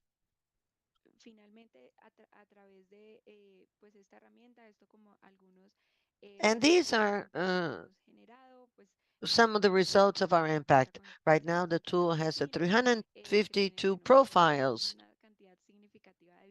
with a tremendous number of hits coming from different countries in the world. As a result, we are able to take advantage of the potential offered by our repositories. This shows the impact that the digital repositories may have, not only for researchers, but also for teachers, professors, and this has been made evident, first of all, by the promotion of the reutilization of data and information. We have heard from our own researchers about this possibility. We may have great research, but that cannot be found. If the members of our communities cannot be accessed nationally or internationally, then they will not create the impact that they could have. So having the appropriate metadata, indexing this with Google Scholar may bring in a DOI that is going to make our information easily found, accessible, accessible now and in the future. And another thing that we have found is that these tools facilitate the mention and honors to the authors. The authors in our repository are searched or are mentioned 25 more times now because they are present when, and these are accessed by any other kind of queries. So when they are made available, the number of mentions is much higher. It also brings in more possibility of conducting debates. We have had very interesting cases on research that was developed from research seed. This is made by students that bring in a set of data, for example. And this research and being part of digital repositories will create a tremendous impact with the number of quotes and hits, opening up new opportunities for collaboration. Scholarships may be offered from other institutions and in short, very useful. And finally, digital repositories become an important tool for the advancement of science. It allows for quick dissemination of information. It avoids the doubling of efforts because when what we do is known, other people may be encouraged to use this information. And besides, we create further transparency, and the society and the community at large will better understand what we're doing. We'll use this tool, creating new means of collaboration. And this is what I wanted to bring to you. And this is the impact that we have created amongst our digital repositories for research and information sake.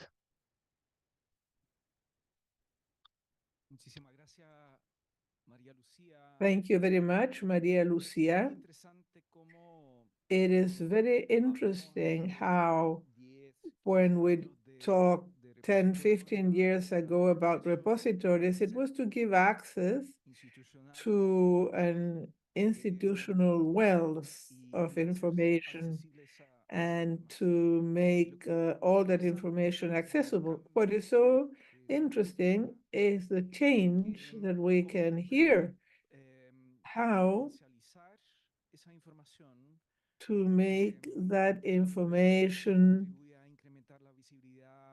how we can make that information, how can we increase the visibility of the institution, of the authors.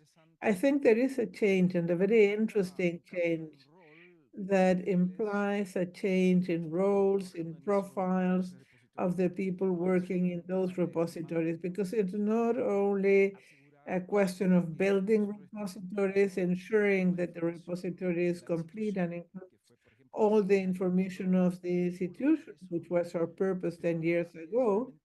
But today, the purpose is to do something with that, to do something with the enormous potential we have there. Could you please briefly comment on that? Yes, of course. Indeed, there's a change of vision. We not only need to focus on the repository as a tool to keep the information with quality metadata and with by the library criteria, but now we're speaking about visibility. We have changed our chip from CRAI As you mentioned, our team is formed by different profiles. Right now, in general terms, the CRAI has 17 different professions in its team, and amongst those who manage repositories, we have systems engineers that help us generate these SEO strategies, the work with the search engines, so that to allow anyone in Google to find us through natural language. And we have a lot of information in this repository. So how do we make it useful in a simple way, generating services? This has been a change in our chip, a change in our paradigm from the CRAI, which implies to generate new projects in order to identify which are the needs of the researchers, what is it that they want, but what are they interested in? What is useful for them? How can we improve more and more these tools so that our researchers find them useful and use them, but also for the community to use them? We do a very big effort. All the institutions, not only the University, the Rosario, but all the universities in the world are developing an important effort from ECLAC, for instance. So how do we manage for that effort to be materialized not only in keeping the information, but in generating new services and ways of using that information? As you mentioned, this has been changing our chip. New people involved in repositories. This is not only for librarians, but many can work on this. And it also becomes something very interesting because there's very valuable information that we can take advantage of. Excellent. Thank you very much, Maria Lucía. We are running a little bit late, but it doesn't matter. We will skip the break and we'll go immediately to the second panel. And in the second panel, we had Rodrigo Donoso in the program, but unfortunately, there was a family emergency, so he can't be with us.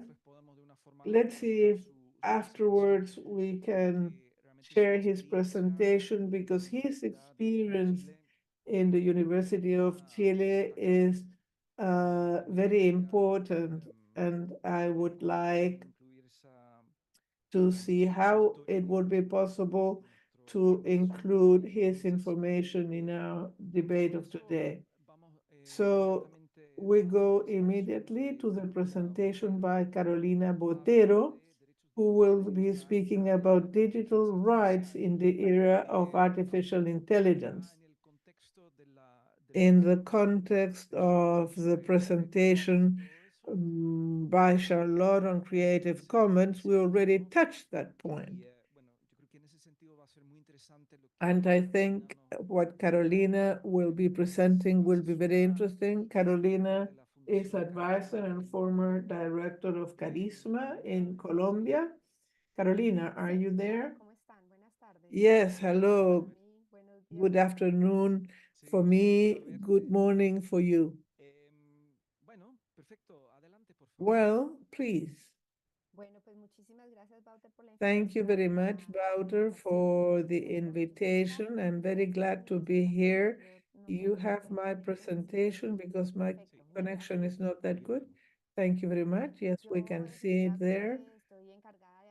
I'm in charge of talking about digital rights. One is a copyright and the right to investigate. And we will connect that to artificial intelligence. As you mentioned, and since Charlotte spoke about licensing, the context of what is open includes copyright and how we can overcome the legal barrier of copyright.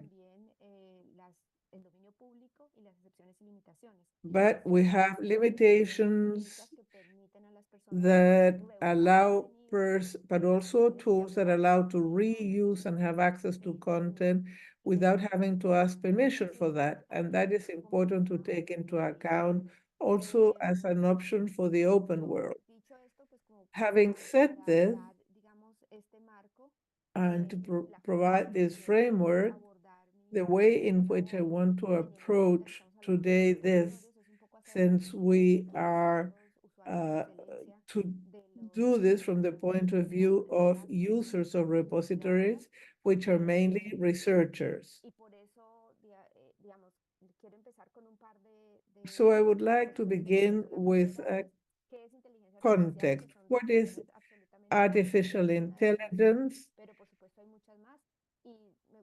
There are many, of course, but I would like to recognize that artificial intelligence is not only even a problematic name to speak about many things. So what I will discuss now has to do with research based on the science of data, which is one of the core elements of artificial intelligence. It's not a synonym, but it is part of that universe. Many times to do this, to do data science, we need to have access to a large volume of protected material to then be able to process it. This is what happens when researchers use techniques of text and data mining in their research that are more and more important, more robots, many thinking in terms of artificial intelligence, but many of these are also receiving information or collecting information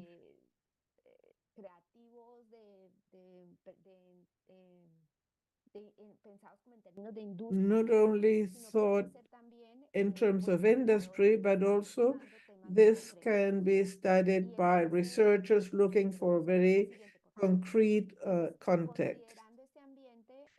Considering this environment, I would like to speak about the current situation in Latin America to mention all the concrete points. The first thing is that in Latin America, we do not have exceptions to copyright or intellectual property to guarantee the right to investigate in the digital era.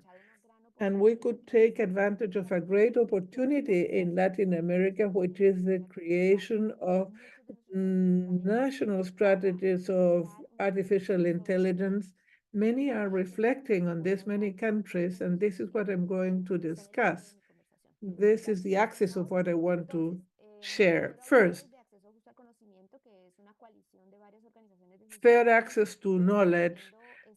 We've been doing this type of analysis in the region, and I will speak about two results concretely where we analyzed the situation in 19 countries of Latin America.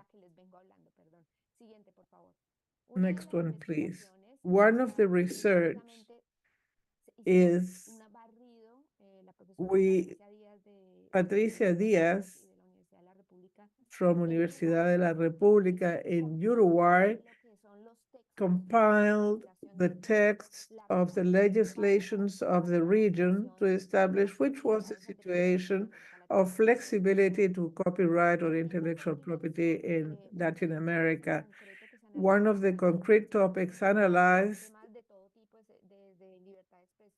there will be freedom of express, freedom to speak, teaching, libraries, archives, etc. But one of our concrete topics was text and data mining.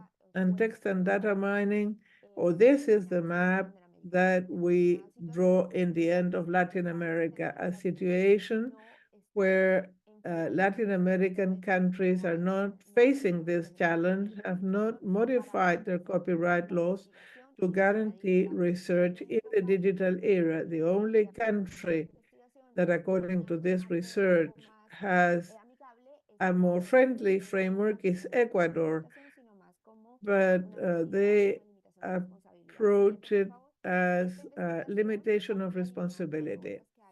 This is very much aligned to things that have happened elsewhere. We are part at the same time of a larger alliance, which is the Coalition A2K International, and the alliance finally produces this map. This map is more benign, and Central America, Colombia, Ecuador, Peru, even who is there in the middle? Paraguay? No, I won't name it because I might make a mistake, but wind up having a more friendly situation in this regard. But there's no country in Latin America in a good situation. From moment of the creation of this map to today, new legislations have appeared that have adopted some kind of limitation to guarantee the right of research, but they are not in the map, and everything, all that has happened out of Latin America. Now, with this context, something else we did was to look for hypothetical cases, both in teaching and libraries and archives, to analyze frequent questions and how they would be solved according to the laws of the different countries. This might be a restriction because we do not analyze jurisprudence or examples, but we see a map of the region. This is a team of biologists that want to train a model using thousands of images coming from the internet with an app detecting animals and plants. Is this legal? It wouldn't be legal in many of the countries analyzed, and there's only one country where you're in doubt, which is uncertain. The same question, if we ask it in the United States, probably it will be covered by fair use. In Europe, there are directorates where Article 3 and 4 deals specifically with this type of cases, and there it would be legal. This is to share some comparisons with you. Another case analyzed, because we have a database and we are trying to provide information on this, is this: a medical team analyzing or using data mining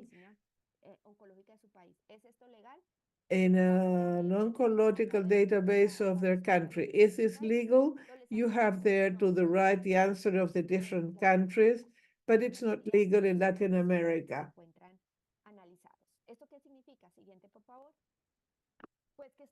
That in the majority of the countries studied. Now, here we are as region. And therein comes the question in terms of AI.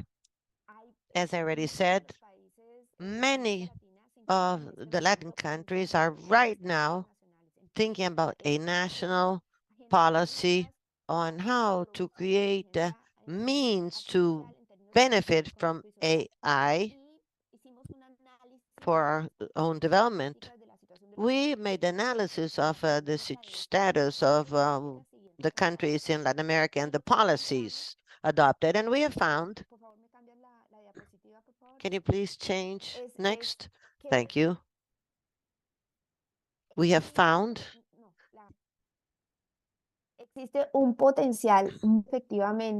indeed that there is potential for economic development as of artificial intelligence. As a matter of fact, the forecast on economic growth in much of the world, in everything having to do with AI, is now very important. You can take a look at what's happening in North America, China, or Europe and Asia, and naturally this is a contrast with what happens in Latin America and Africa, where we have a lot less of that. This also has to do with the legal environment to give legal certainty. We believe that one of the issues involved is that the researchers depend on the place where they are set. That will bring in more or less capability to be involved in processes that have to do with computer analysis. Let's take a look at the analysis at the end of 22. There we looked at 19 countries. 8 of these already have a national strategy on AI. 3 or 4 were already taking the first few steps in that direction. So there's a pretty good number of countries that are working on that. And I'm sure that today we have more. Of these, only 4 talked about intellectual property as something to be considered. And of these, only Brazil analyzed the research rights and the position of researchers, creating certain limitations and everything having to do with copyright. It hasn't been easy because there are different stands in the country, but we can say right now that Chile is already talking about artificial intelligence policy. They're thinking of a text and data mining. This is the status then of what's happening in our countries. And we hope the strong discussion will continue to take place. And why? Because otherwise we will continue having a wider and wider gap. When people do research and want to have access to content for that in research, that there be no limitations. There are some research that has only access to free information or freely open information. It should be possible that this be scopier. For example, in a few years' time,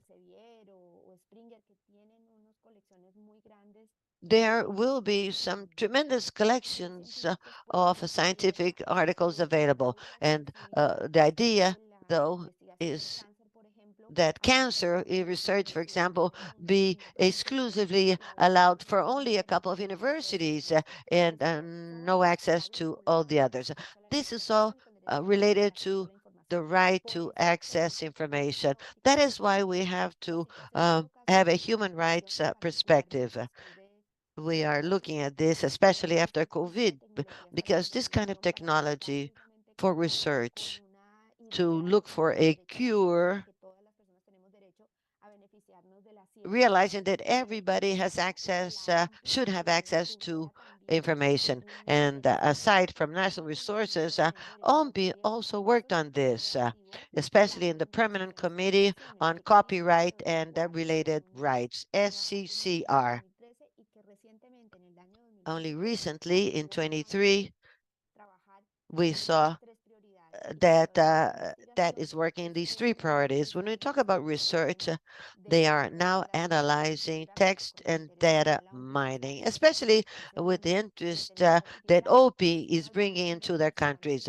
These topics are now intertwined, and we're talking about what's happening with the right to research. I'd like to close by saying that this analysis ended up in a text that was published last week.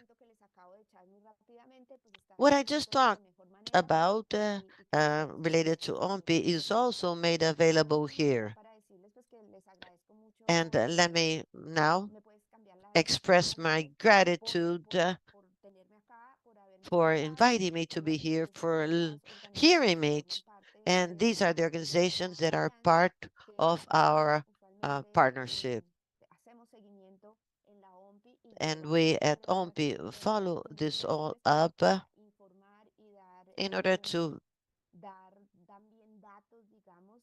provide the data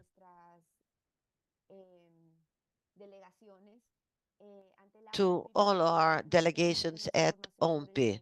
We want is to have more of information available and thus act accordingly. Thank you for your attention.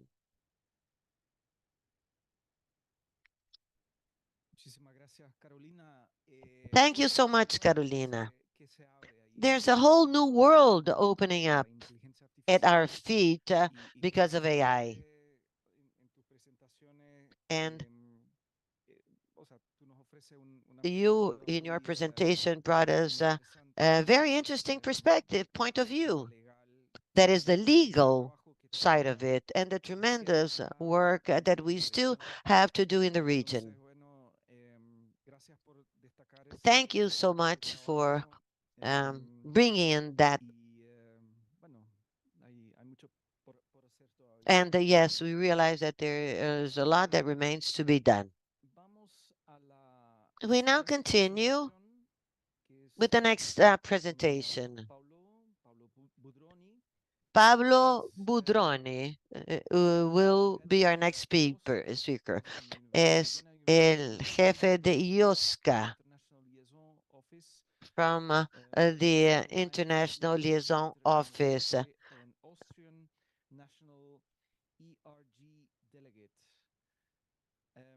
Paulo, he's going to talk about challenges of creating networks of national and transnational digital infrastructures, European experiences.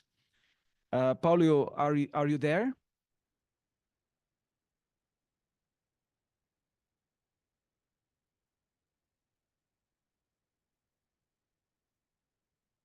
Paulo?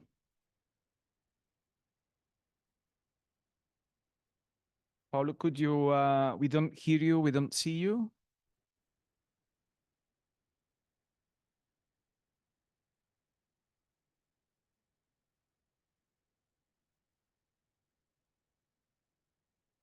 Okay. Okay, so somehow, de una forma u otra, parece que perdemos a Paulo. It seems like we don't have Pablo on. We've lost him. Let's see if Claudio is around. Claudio Gutierrez. Yes, I'm here. Very well. We will then change the order of speakers and we'll head on to your presentation, Claudio. Thank you for offering to be with us. Claudio is a researcher from Computer Science Department from Physical Sciences Faculty, University of Chile. Pablo has just shown, yes, here he is. Con Claudio yo voy después. Why don't you continue with Claudio and I will be going right after Claudio. Fine. Claudio, as I said, comes from Computer Science Department from the Math Faculty, Chile University. He will be talking about digital repositories, web semantics, linked data, and knowledge graphs. Claudio, we're all ears. Thank you. Thank you, Wouter. I'm going to share my presentation on the screen. I hope you can see it. Yes, indeed. There we are. Thank you for the invitation to be here. And I'd like to congratulate the organizers for celebrating the 10th anniversary of the ECLAC Digital Repository. My subject has to do with too many keywords going on. So I'm going to concentrate on the title of the presentation, Web Semantics, Linked Data, and Not Knowledge Graph, in order to try to explain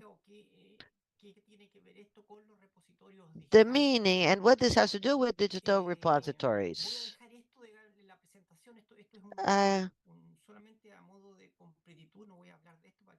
I won't be talking about this. Do not be frightened because we don't have that much time. Digital repositories are a collection of digital objects.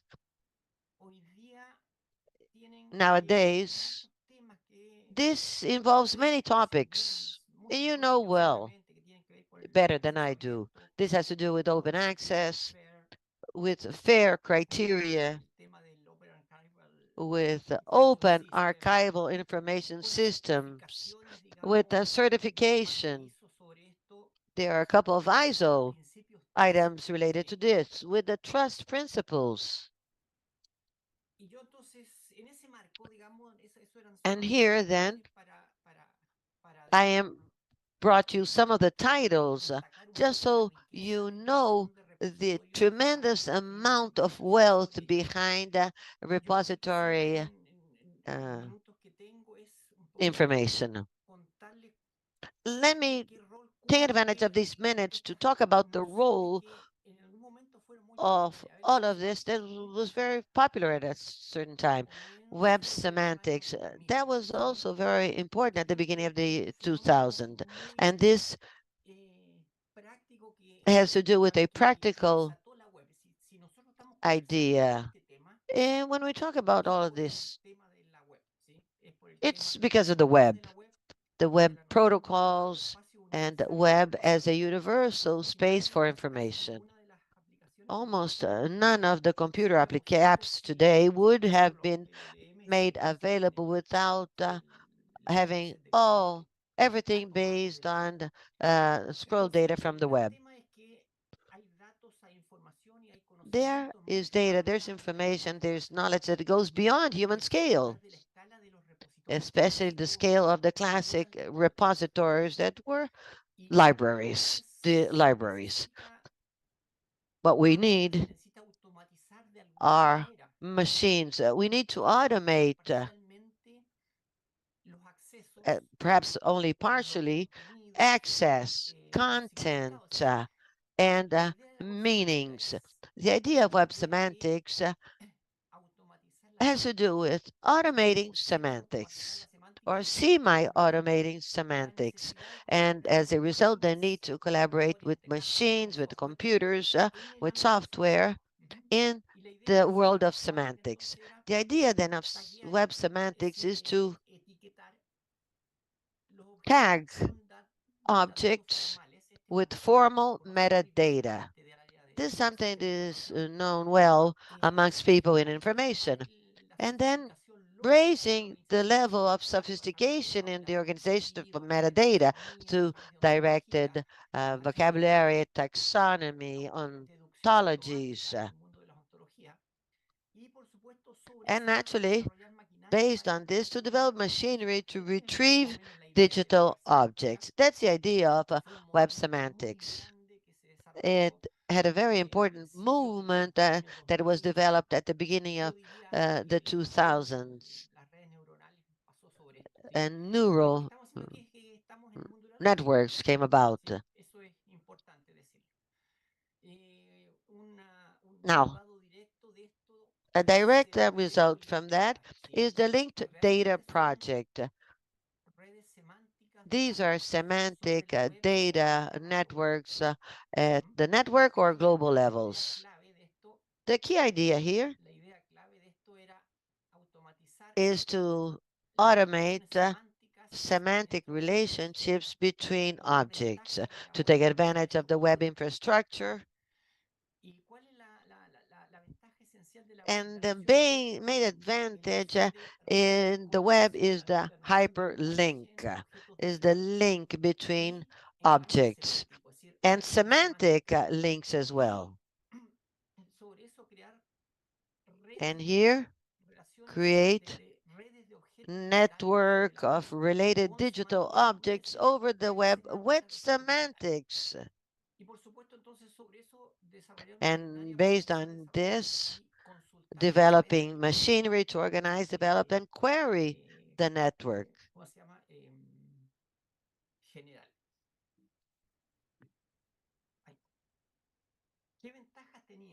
What are the advantages behind this linked data project, which is really a continuation of web semantics? Well, well-known principles, a universal architecture, that is, it allowed the implementation of the interoperability in global scales. This is indeed a very positive project for open data, with a much better performance than the traditional databases and making data available. This was done much better than in the past. And in terms of interoperability, this was very fine, especially with some of the initiatives I talked about. A limitation, though, of linked data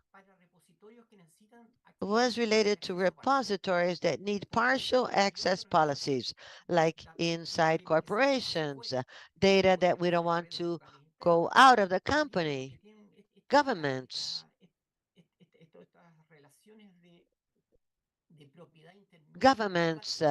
that own some of the data, and also the sovereignty of data that is so important. We've heard some of this this morning. Personal networks of data is another issue. And here we hear about this monolithic universal architecture. And then comes along knowledge graphs. And these show up with a company that wanted to have a proprietary linked data that was Uber. And we can start then with semantic networks with 21st century digital technology. The idea behind this is to take advantage of graphs. This is more powerful than link. The graphs are very well worked mathematical objects. Right now, it's been on for about 100 years. This allows for a more flexible, diverse architecture than semantic webs and linked data permitted. It also allows for automated formal semantics. It allows for linking digital objects. It's simple. It also allows for diverse modes of governance, whether that be open, commons, or even private, integrating technologies from the world of databases, of retrieval of information, of SW, linked data, etc. So this is one of the ideas that have to do with infrastructure for the repositories. And this has taken a hold of it. The core idea is that uses graphs to represent data, using this to represent knowledge.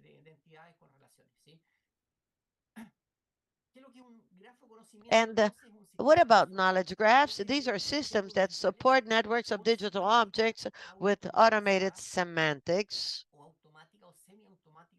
automated or semi-automated at different scales, using different protocols and retrieval systems. And all kinds of data from multimedia, image, text, whatever. The advantage then, to round up, is that they are well understood, friendly models. The web still is the universal architecture. It allows for intermediate size repositories. It allows for other types of governance and property rights. It has a wide variety of access mechanisms with infrastructure for reasoning over data, with flexible architectures that use well-known knowledges. And this is what I wanted to bring. There are so many challenges involved, though. And we've been talking about the diversity of digital objects, the diversity of needs, and how repositories start relating with process it and systems that involved LLMs, learning. I think that would be it. This is really what I wanted to bring you on semantics, linked data, and knowledge graphs. Thank you for your attention. Muchísimas gracias, Claudio. Thank you very much, Claudio. Como tú bien dijiste, As you well said, many challenges lo hemos escuchado varias veces en las there, and we've heard this in today's presentations, and that was the purpose, celebrar los 10 años to celebrate these 10 years of the Digital Repository of ECLAC, but also to open a window into the future and into the challenges we have in the future. So thank you aclarar eso. for clarifying that point. And as always, we welcome your presentation. Thank you very much, Claudio. Vamos a Let's go now to the last presentation by Paolo Budroni. We saw him some moments ago. Paolo Budroni. University of Technology, head of EOSC and International Liaison Office. Eulist Alliance, local coordinator, and Austrian National e-IRG delegate. Paulo is going to talk about challenges of creating networks of national and transnational digital infrastructures, European experiences. We already mentioned before that Latin America and the Caribbean have a very strong link with Europe in terms of digital repositories, development of digital repositories, standards, interoperability. And there's been also ongoing some collaborative projects between the two regions. And so it's really a privilege to hear also Paulo's voice today to talk a bit about the experience in Europe and yeah, the challenges they have there, which I'm sure are also going to be very inspiring and for us. Paulo, are you there? Yes, thank you very much. All right. I hope you see the presentation on the screen. Yeah, we see the presentation and we also see you, so that's great. Okay, that's fine. So I will present in English, but let me say some words. Lo siento de haber llegado un poco tarde ahora, pero I am sorry to have arrived a little bit late, but I left my computer alone for a minute. what I want to say is I would like to present the situation from the point of your situation from the point of view of the European developments. I have tried to gather as much information as possible. I will go through the slides, leave to you the slides with a lot of names. A lot of names because I'd like to acknowledge all my colleagues that have contributed to this presentation. You will this way receive the possibility to contact them directly. They know that they might be contacted. You will find the email addresses on this slide, and feel free to contact them. They will be happy to give you an answer. So I'd like to thank from the ERG support project, Fotis Karayanis from Greece and Jan Wibelis from Germany. Then the chair of the ERG, Stefan Hanslik. ERG is a think tank, a European think tank with member state body, which is represented by 2 delegates for each country in Europe.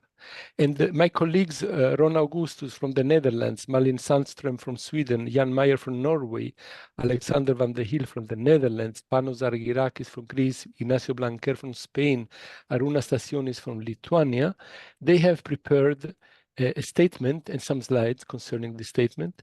And then we have the representative, the chairs of the Infrastructure Assembly, which are also the chairs of huge European infrastructures like Serge Bogaerts, Tiziana Ferrari, Catherine Stover, Natania Manola, Jos Wetzel. And then from the Fair Digital Object Forum, Peter Wittenberg. So I thank all of them, and I start now my presentation. Don't worry, I will stay on the foreseen window of time. So I'd like to address some main questions, some main topics concerning the transnational digital infrastructure in this phase of the European experiences, identifying 9 grand challenges. And I will start my speech mentioning the Sorbonne speech of Emmanuel Macron, who addressed the European universities to create alliances. From that on, I will then pass over to the so-called common European data spaces. The European Commission has decided to create data spaces, dedicated data spaces to some topics, and this is related to some challenges, which are also linked to the European University initiatives and to the European Open Science Cloud that you might be familiar with. Then a few words to the ERG and to what ERG has done for pave the way for the EOSC and for the infrastructure assembly. And then link to what Claudio Gutierrez has addressed, the data. No infrastructure, no service is of value if we don't have a relation to the data. So what are the grand challenges we are facing in Europe? We have a scattered landscape, 27 countries, plus 10 associated countries. We are all working together with separate components. A lack of coordination is there, and the funding is not always sustainable. But we have a lot of money. We are pouring a lot of money, more than 1 billion euro, only for the European Open Science Cloud. And then we have also data-related issues, services and infrastructures, but all of them, again, with separate components and lack of coordination. One big problem is how to maintain the legal compliancy of all these institutions, of all this data, of all these services, how to enable exercise and retain data sovereignty. Claudio has mentioned this. Data sovereignty is of relevance, not only for the content, but also for the software and the metadata. And not only for research data, but also for educational resources, and how to develop sustainable discovery strategies in all this scattered landscape is really a quite big issue. And then another challenge is to implement measures against the so-called digital dementia. We have so many data concerning the past, but we don't have an access to data that are were produced maybe 1 or 2 years ago. And the last challenge is to define the enabled data obsolescence.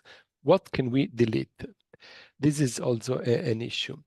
So Emmanuel Macron had the idea in the year 2017, and you have the link here. He had the idea to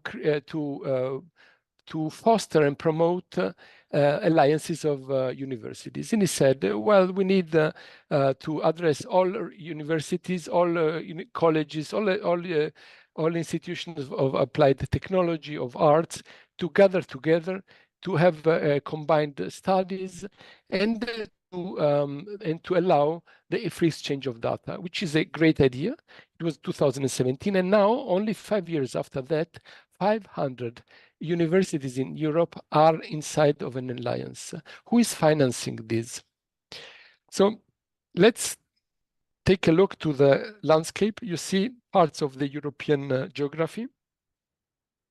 This is the picture. If we look from the moon to Europe, we see European alliances. There are 60 of them, 500 universities gathered together, also my university is there. And this is all financed by the Erasmus Plus project. Now, Erasmus Plus is an initiative of the European Union, which is fostering exchange of staff and mainly exchange of educational stuff.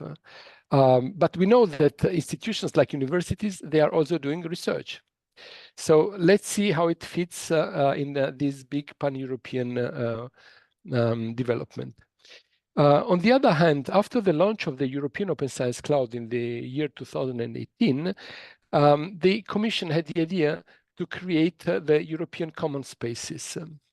They are called Common European Data Spaces. They are coordinated by a coordinating entity, and they decided to promote at first glance, at the first step, 9 of them: health, agriculture, energy, skills development, the Green Deal, mobility, industrial manufacturing. And then after the launch of EOSC, we discovered that EOSC is also, per definition, a common European landscape. But the difference is that EOSC is a transversal one. It's touching everything, while the others are vertical one. The common European data spaces are addressing data, mainly data, research data, not open educational resources. The position of the European Open Science Cloud, according to the European Commission, is a cross-cutting data space for research and innovation, and is a basis for science for EOSC.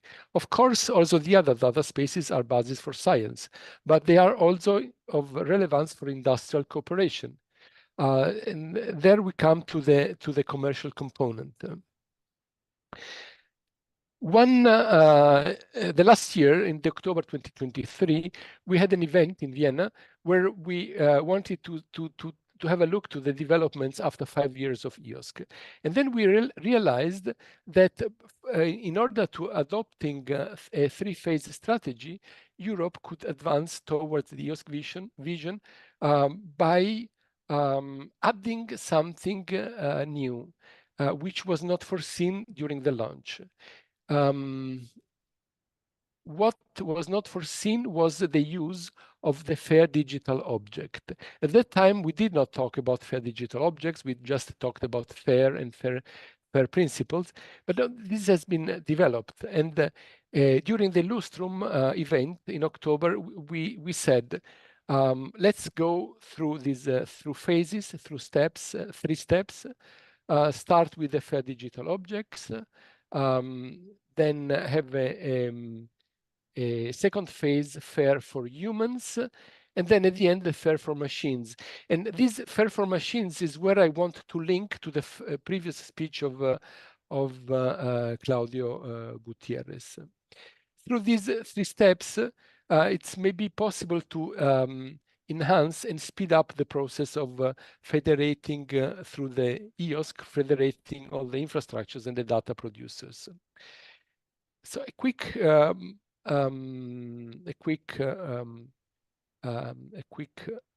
word about the EOSC. So if we see the vision of EOSC, we can recognize 7 clusters. I would like to talk about one of these, which is to develop a web of fair data and services, including publications and software. The EOSC is, if we want, we can define EOSC this way. It's some kind of World Wide Web. We need internet, we need networks, we need computers, and the web of fair data is then replaced by the vision of the European Open Science Cloud. This is what we want here in Europe. So the EOSC is a transversal place, the vertical data spaces. Of course, we have some more of these pan-European movements, but if we look at the researchers' word of them and the word of the open education resources, I'd like to combine now this vision of the European Open Science Cloud with the vision of the university alliances, because there we have the students, there we have the teachers, there we have the researchers. So in the broader context, EOSC is one of the emerging data spaces. And in this context, we need also to understand the strategy that we could adopt in this context. And if we look on the right side of this slide, we can see a lot, many of institutions, many of initiatives, many of infrastructures many of strategic bodies, and they are all linked to the EOSC through the EOSC association. So the EOSC is not the EOSC association, but we need the EOSC association as a link to all of them. The EOSC association is an association which is gathering at the moment around 200 universities, working very hard on task forces on the realization of the EOSC. And from this context, I would like to focus now on two elements. The one is the e-infrastructure reflection group. The other one on the left side is the 5 huge, big infrastructures who are serving this landscape. So the e-infrastructure reflection group is working since 20 years as a reflection group, as a think tank, which is level of 3. In the year 2012, through the ERG roadmap and through the white paper 2013, which was the document National Knows, has paved the way for the creation of the European Open Science Cloud.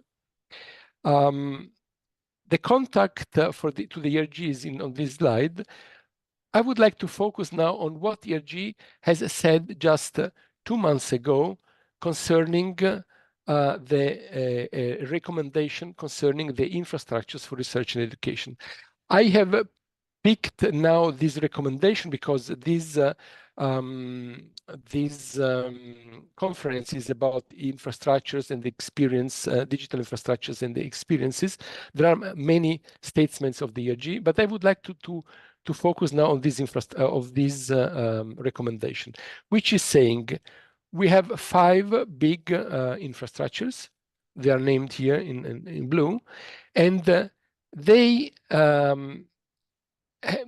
encounter some challenges. And the challenges, they are created mainly by the European Commission's approach of procurement tenders, because these tenders, they are addressing similar infrastructures like the existing one. So there are some kind of competition, which is also fostering the competition with commercial entities. Now in Europe, we have a strong public sector, which is about 20 up to 25% of the whole data production. And this kind of competition is not seen as a good one from the point of view of the public infrastructures, because they are free at point of use, and we as researchers, we don't pay for them. These kind of tenders are not always good, because they're creating an artificial competition. These kind of funding, they come from 2 units from the Commission, which are the DG Connect and DG RTD. So you see, we have the Erasmus Plus for the alliances of the universities, addressing mainly the open education resources and the mobility, and now these 2 big, huge funding. These should be coordinated from our point of view. So to direct this research and the initiatives towards utilizing established infrastructures rather than acquiring separate components. This was the ERG saying. And to devise financing strategies that support the sustainability of public foundations integral to these infrastructures. Who is saying this and to whom? This was said through the voice of the European Infrastructure Assembly. You see them in this slide. The Infrastructure Assembly is something new. It was created in December 2022 during an ERG committee meeting. And we paved the way for them, for the Infrastructure Assembly, to say the word. Because until now, the whole world of infrastructures has no coordination. So the Infrastructure Assembly, they say mainly, the Infrastructure Assembly will connect its participants with international initiatives of pan-European and international relevance, complementing existing individual collaboration and aligning individual efforts and contributions. They are now creating a governance for themselves. They will present it very soon. The next 5 slides are just showing the five infrastructure. I'm now arriving to the last couple of slides, which is the link to the research data and to the data. Now that we have the common European data spaces, we have the alliances, we have the services around them, we have the infrastructures, what is missing? It's the link to the data. The newly founded Fair Digital Object Forum, which was presented in the year 2022 in Leiden, is something which is very active with its vision, saying that if we want an interaction through to the world of data, we need to organize them as a fair digital object. Because these fair digital objects, regarded as entities, are independent and continuously changing technologies are not affecting them. So we need to create a grammar of research data organized in data sets like the fair digital object from the beginning on, and to prepare them for the machine actionability. So this slide is just summarizing how a digital object, like a fair digital object, should be created, but it's just a scheme for this presentation. What is of relevance is the fact that inside of the Fair Digital Object Forum, we recognized that there is a convergence of these data spaces, and we foresee that in the year 2030, through the word of George Strawn, in this year, around this year, there will be a globally harmonized data infrastructure based on FDO standards and just one global data space, and not so many scattered throughout all regions of the world. This was said in October 2022 and reiterated in March 2024, just 2 months ago in our summit in Berlin. So resuming, we have seen the grand challenges, and now the last and closing remark is we need to discuss on how to align and coordinate activities of digital infrastructures, how to introduce the fair digital fair principles for data management, introduce the FTOs, maintain and offer a legal compliancy. So clarify copyright issues, clarify exploitation issues, take usage licenses into account. This was mentioned in previous presentations today. How to enable, exercise, and retain data sovereignty, develop effective measures against the volatility of digital data. And this includes introduce guidelines that apply to all organizational units, implement measures against digital dementia, develop discovery strategy, ensure traceability, included show and record the provenance of the data, and define and enable data obsolescence. So clarify when it's time to delete data. So I thank you very much. It was a very short excursus through this very fast changing world.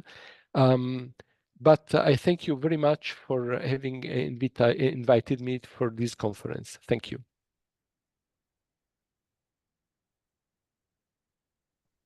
Thank you so much, Paulo. This is a very interesting perspective from Europe. Yeah, and the last slide was there's a lot of homework there. So there's still a lot to do, which is great. Yeah, this is one of the main reasons why we are here. Yeah, let me comment this. The last slide is something which is aligned on different level. So if you want to try to comply, be compliant with this, you will remark that then you are automatically compliant also with the most pan-European initiatives, and you are complying also with the legal requirements, and you are complying also to the research data management policies at your own institution. All right. Thank you. Yes, and I think yeah, there's still a lot to do, and I always hope that somehow there can be one or even a few projects there, collaborative projects between Europe and Latin America and the Caribbean, because there's a lot we can learn there from each other. There's yeah, there's a lot we can give as partners in those projects. There's a lot you can give us. So I think there's, as we've seen also in the past, I mean, there's a lot of common ground there. There's a lot of strong basis for collaboration, and especially when we look at this view to the future, right? And all the potential that we still have to explore in the next months or even years. So this was exactly the idea. Thank you so much, Paulo. This was exactly, era realmente la idea de ofrecer una ventana hacia el futuro. The idea was to offer a window into the future. Evidently, we are very proud of what we have accomplished at ECLAC with our digital repository.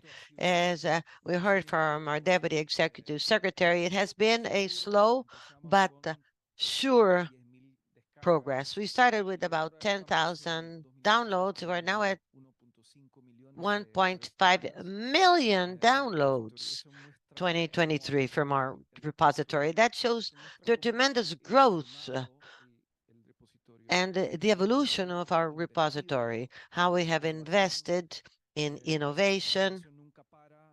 Now, innovation never ceases to evolve, and we must continue changing. And this is what we heard from all presentations this morning. We must continue learning, improving, innovating.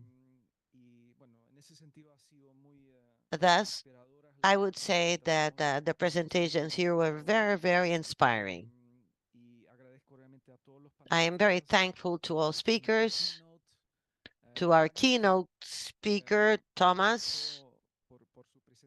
I thank you for your time, for your presentations, for your generosity in exchanging your experiences. This has been extremely interesting. We have worked with all of you during these 10 years, and will continue to work, hopefully, some way or another. I heard about challenges. Yes, we have so many challenges ahead of us. But working together, we will certainly make progress. I'd like to take advantage of the opportunity to thank the team from Santa Cruz Library ECLAC. With your support, we have been able to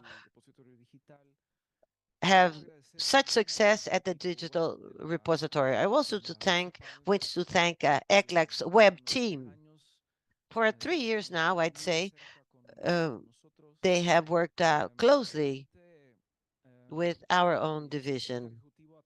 The Deputy Executive Secretary said so at the beginning of this event. We're working in a new strategy for knowledge management.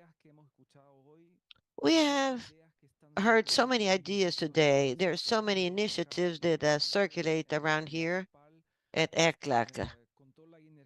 With all of the energy we have, we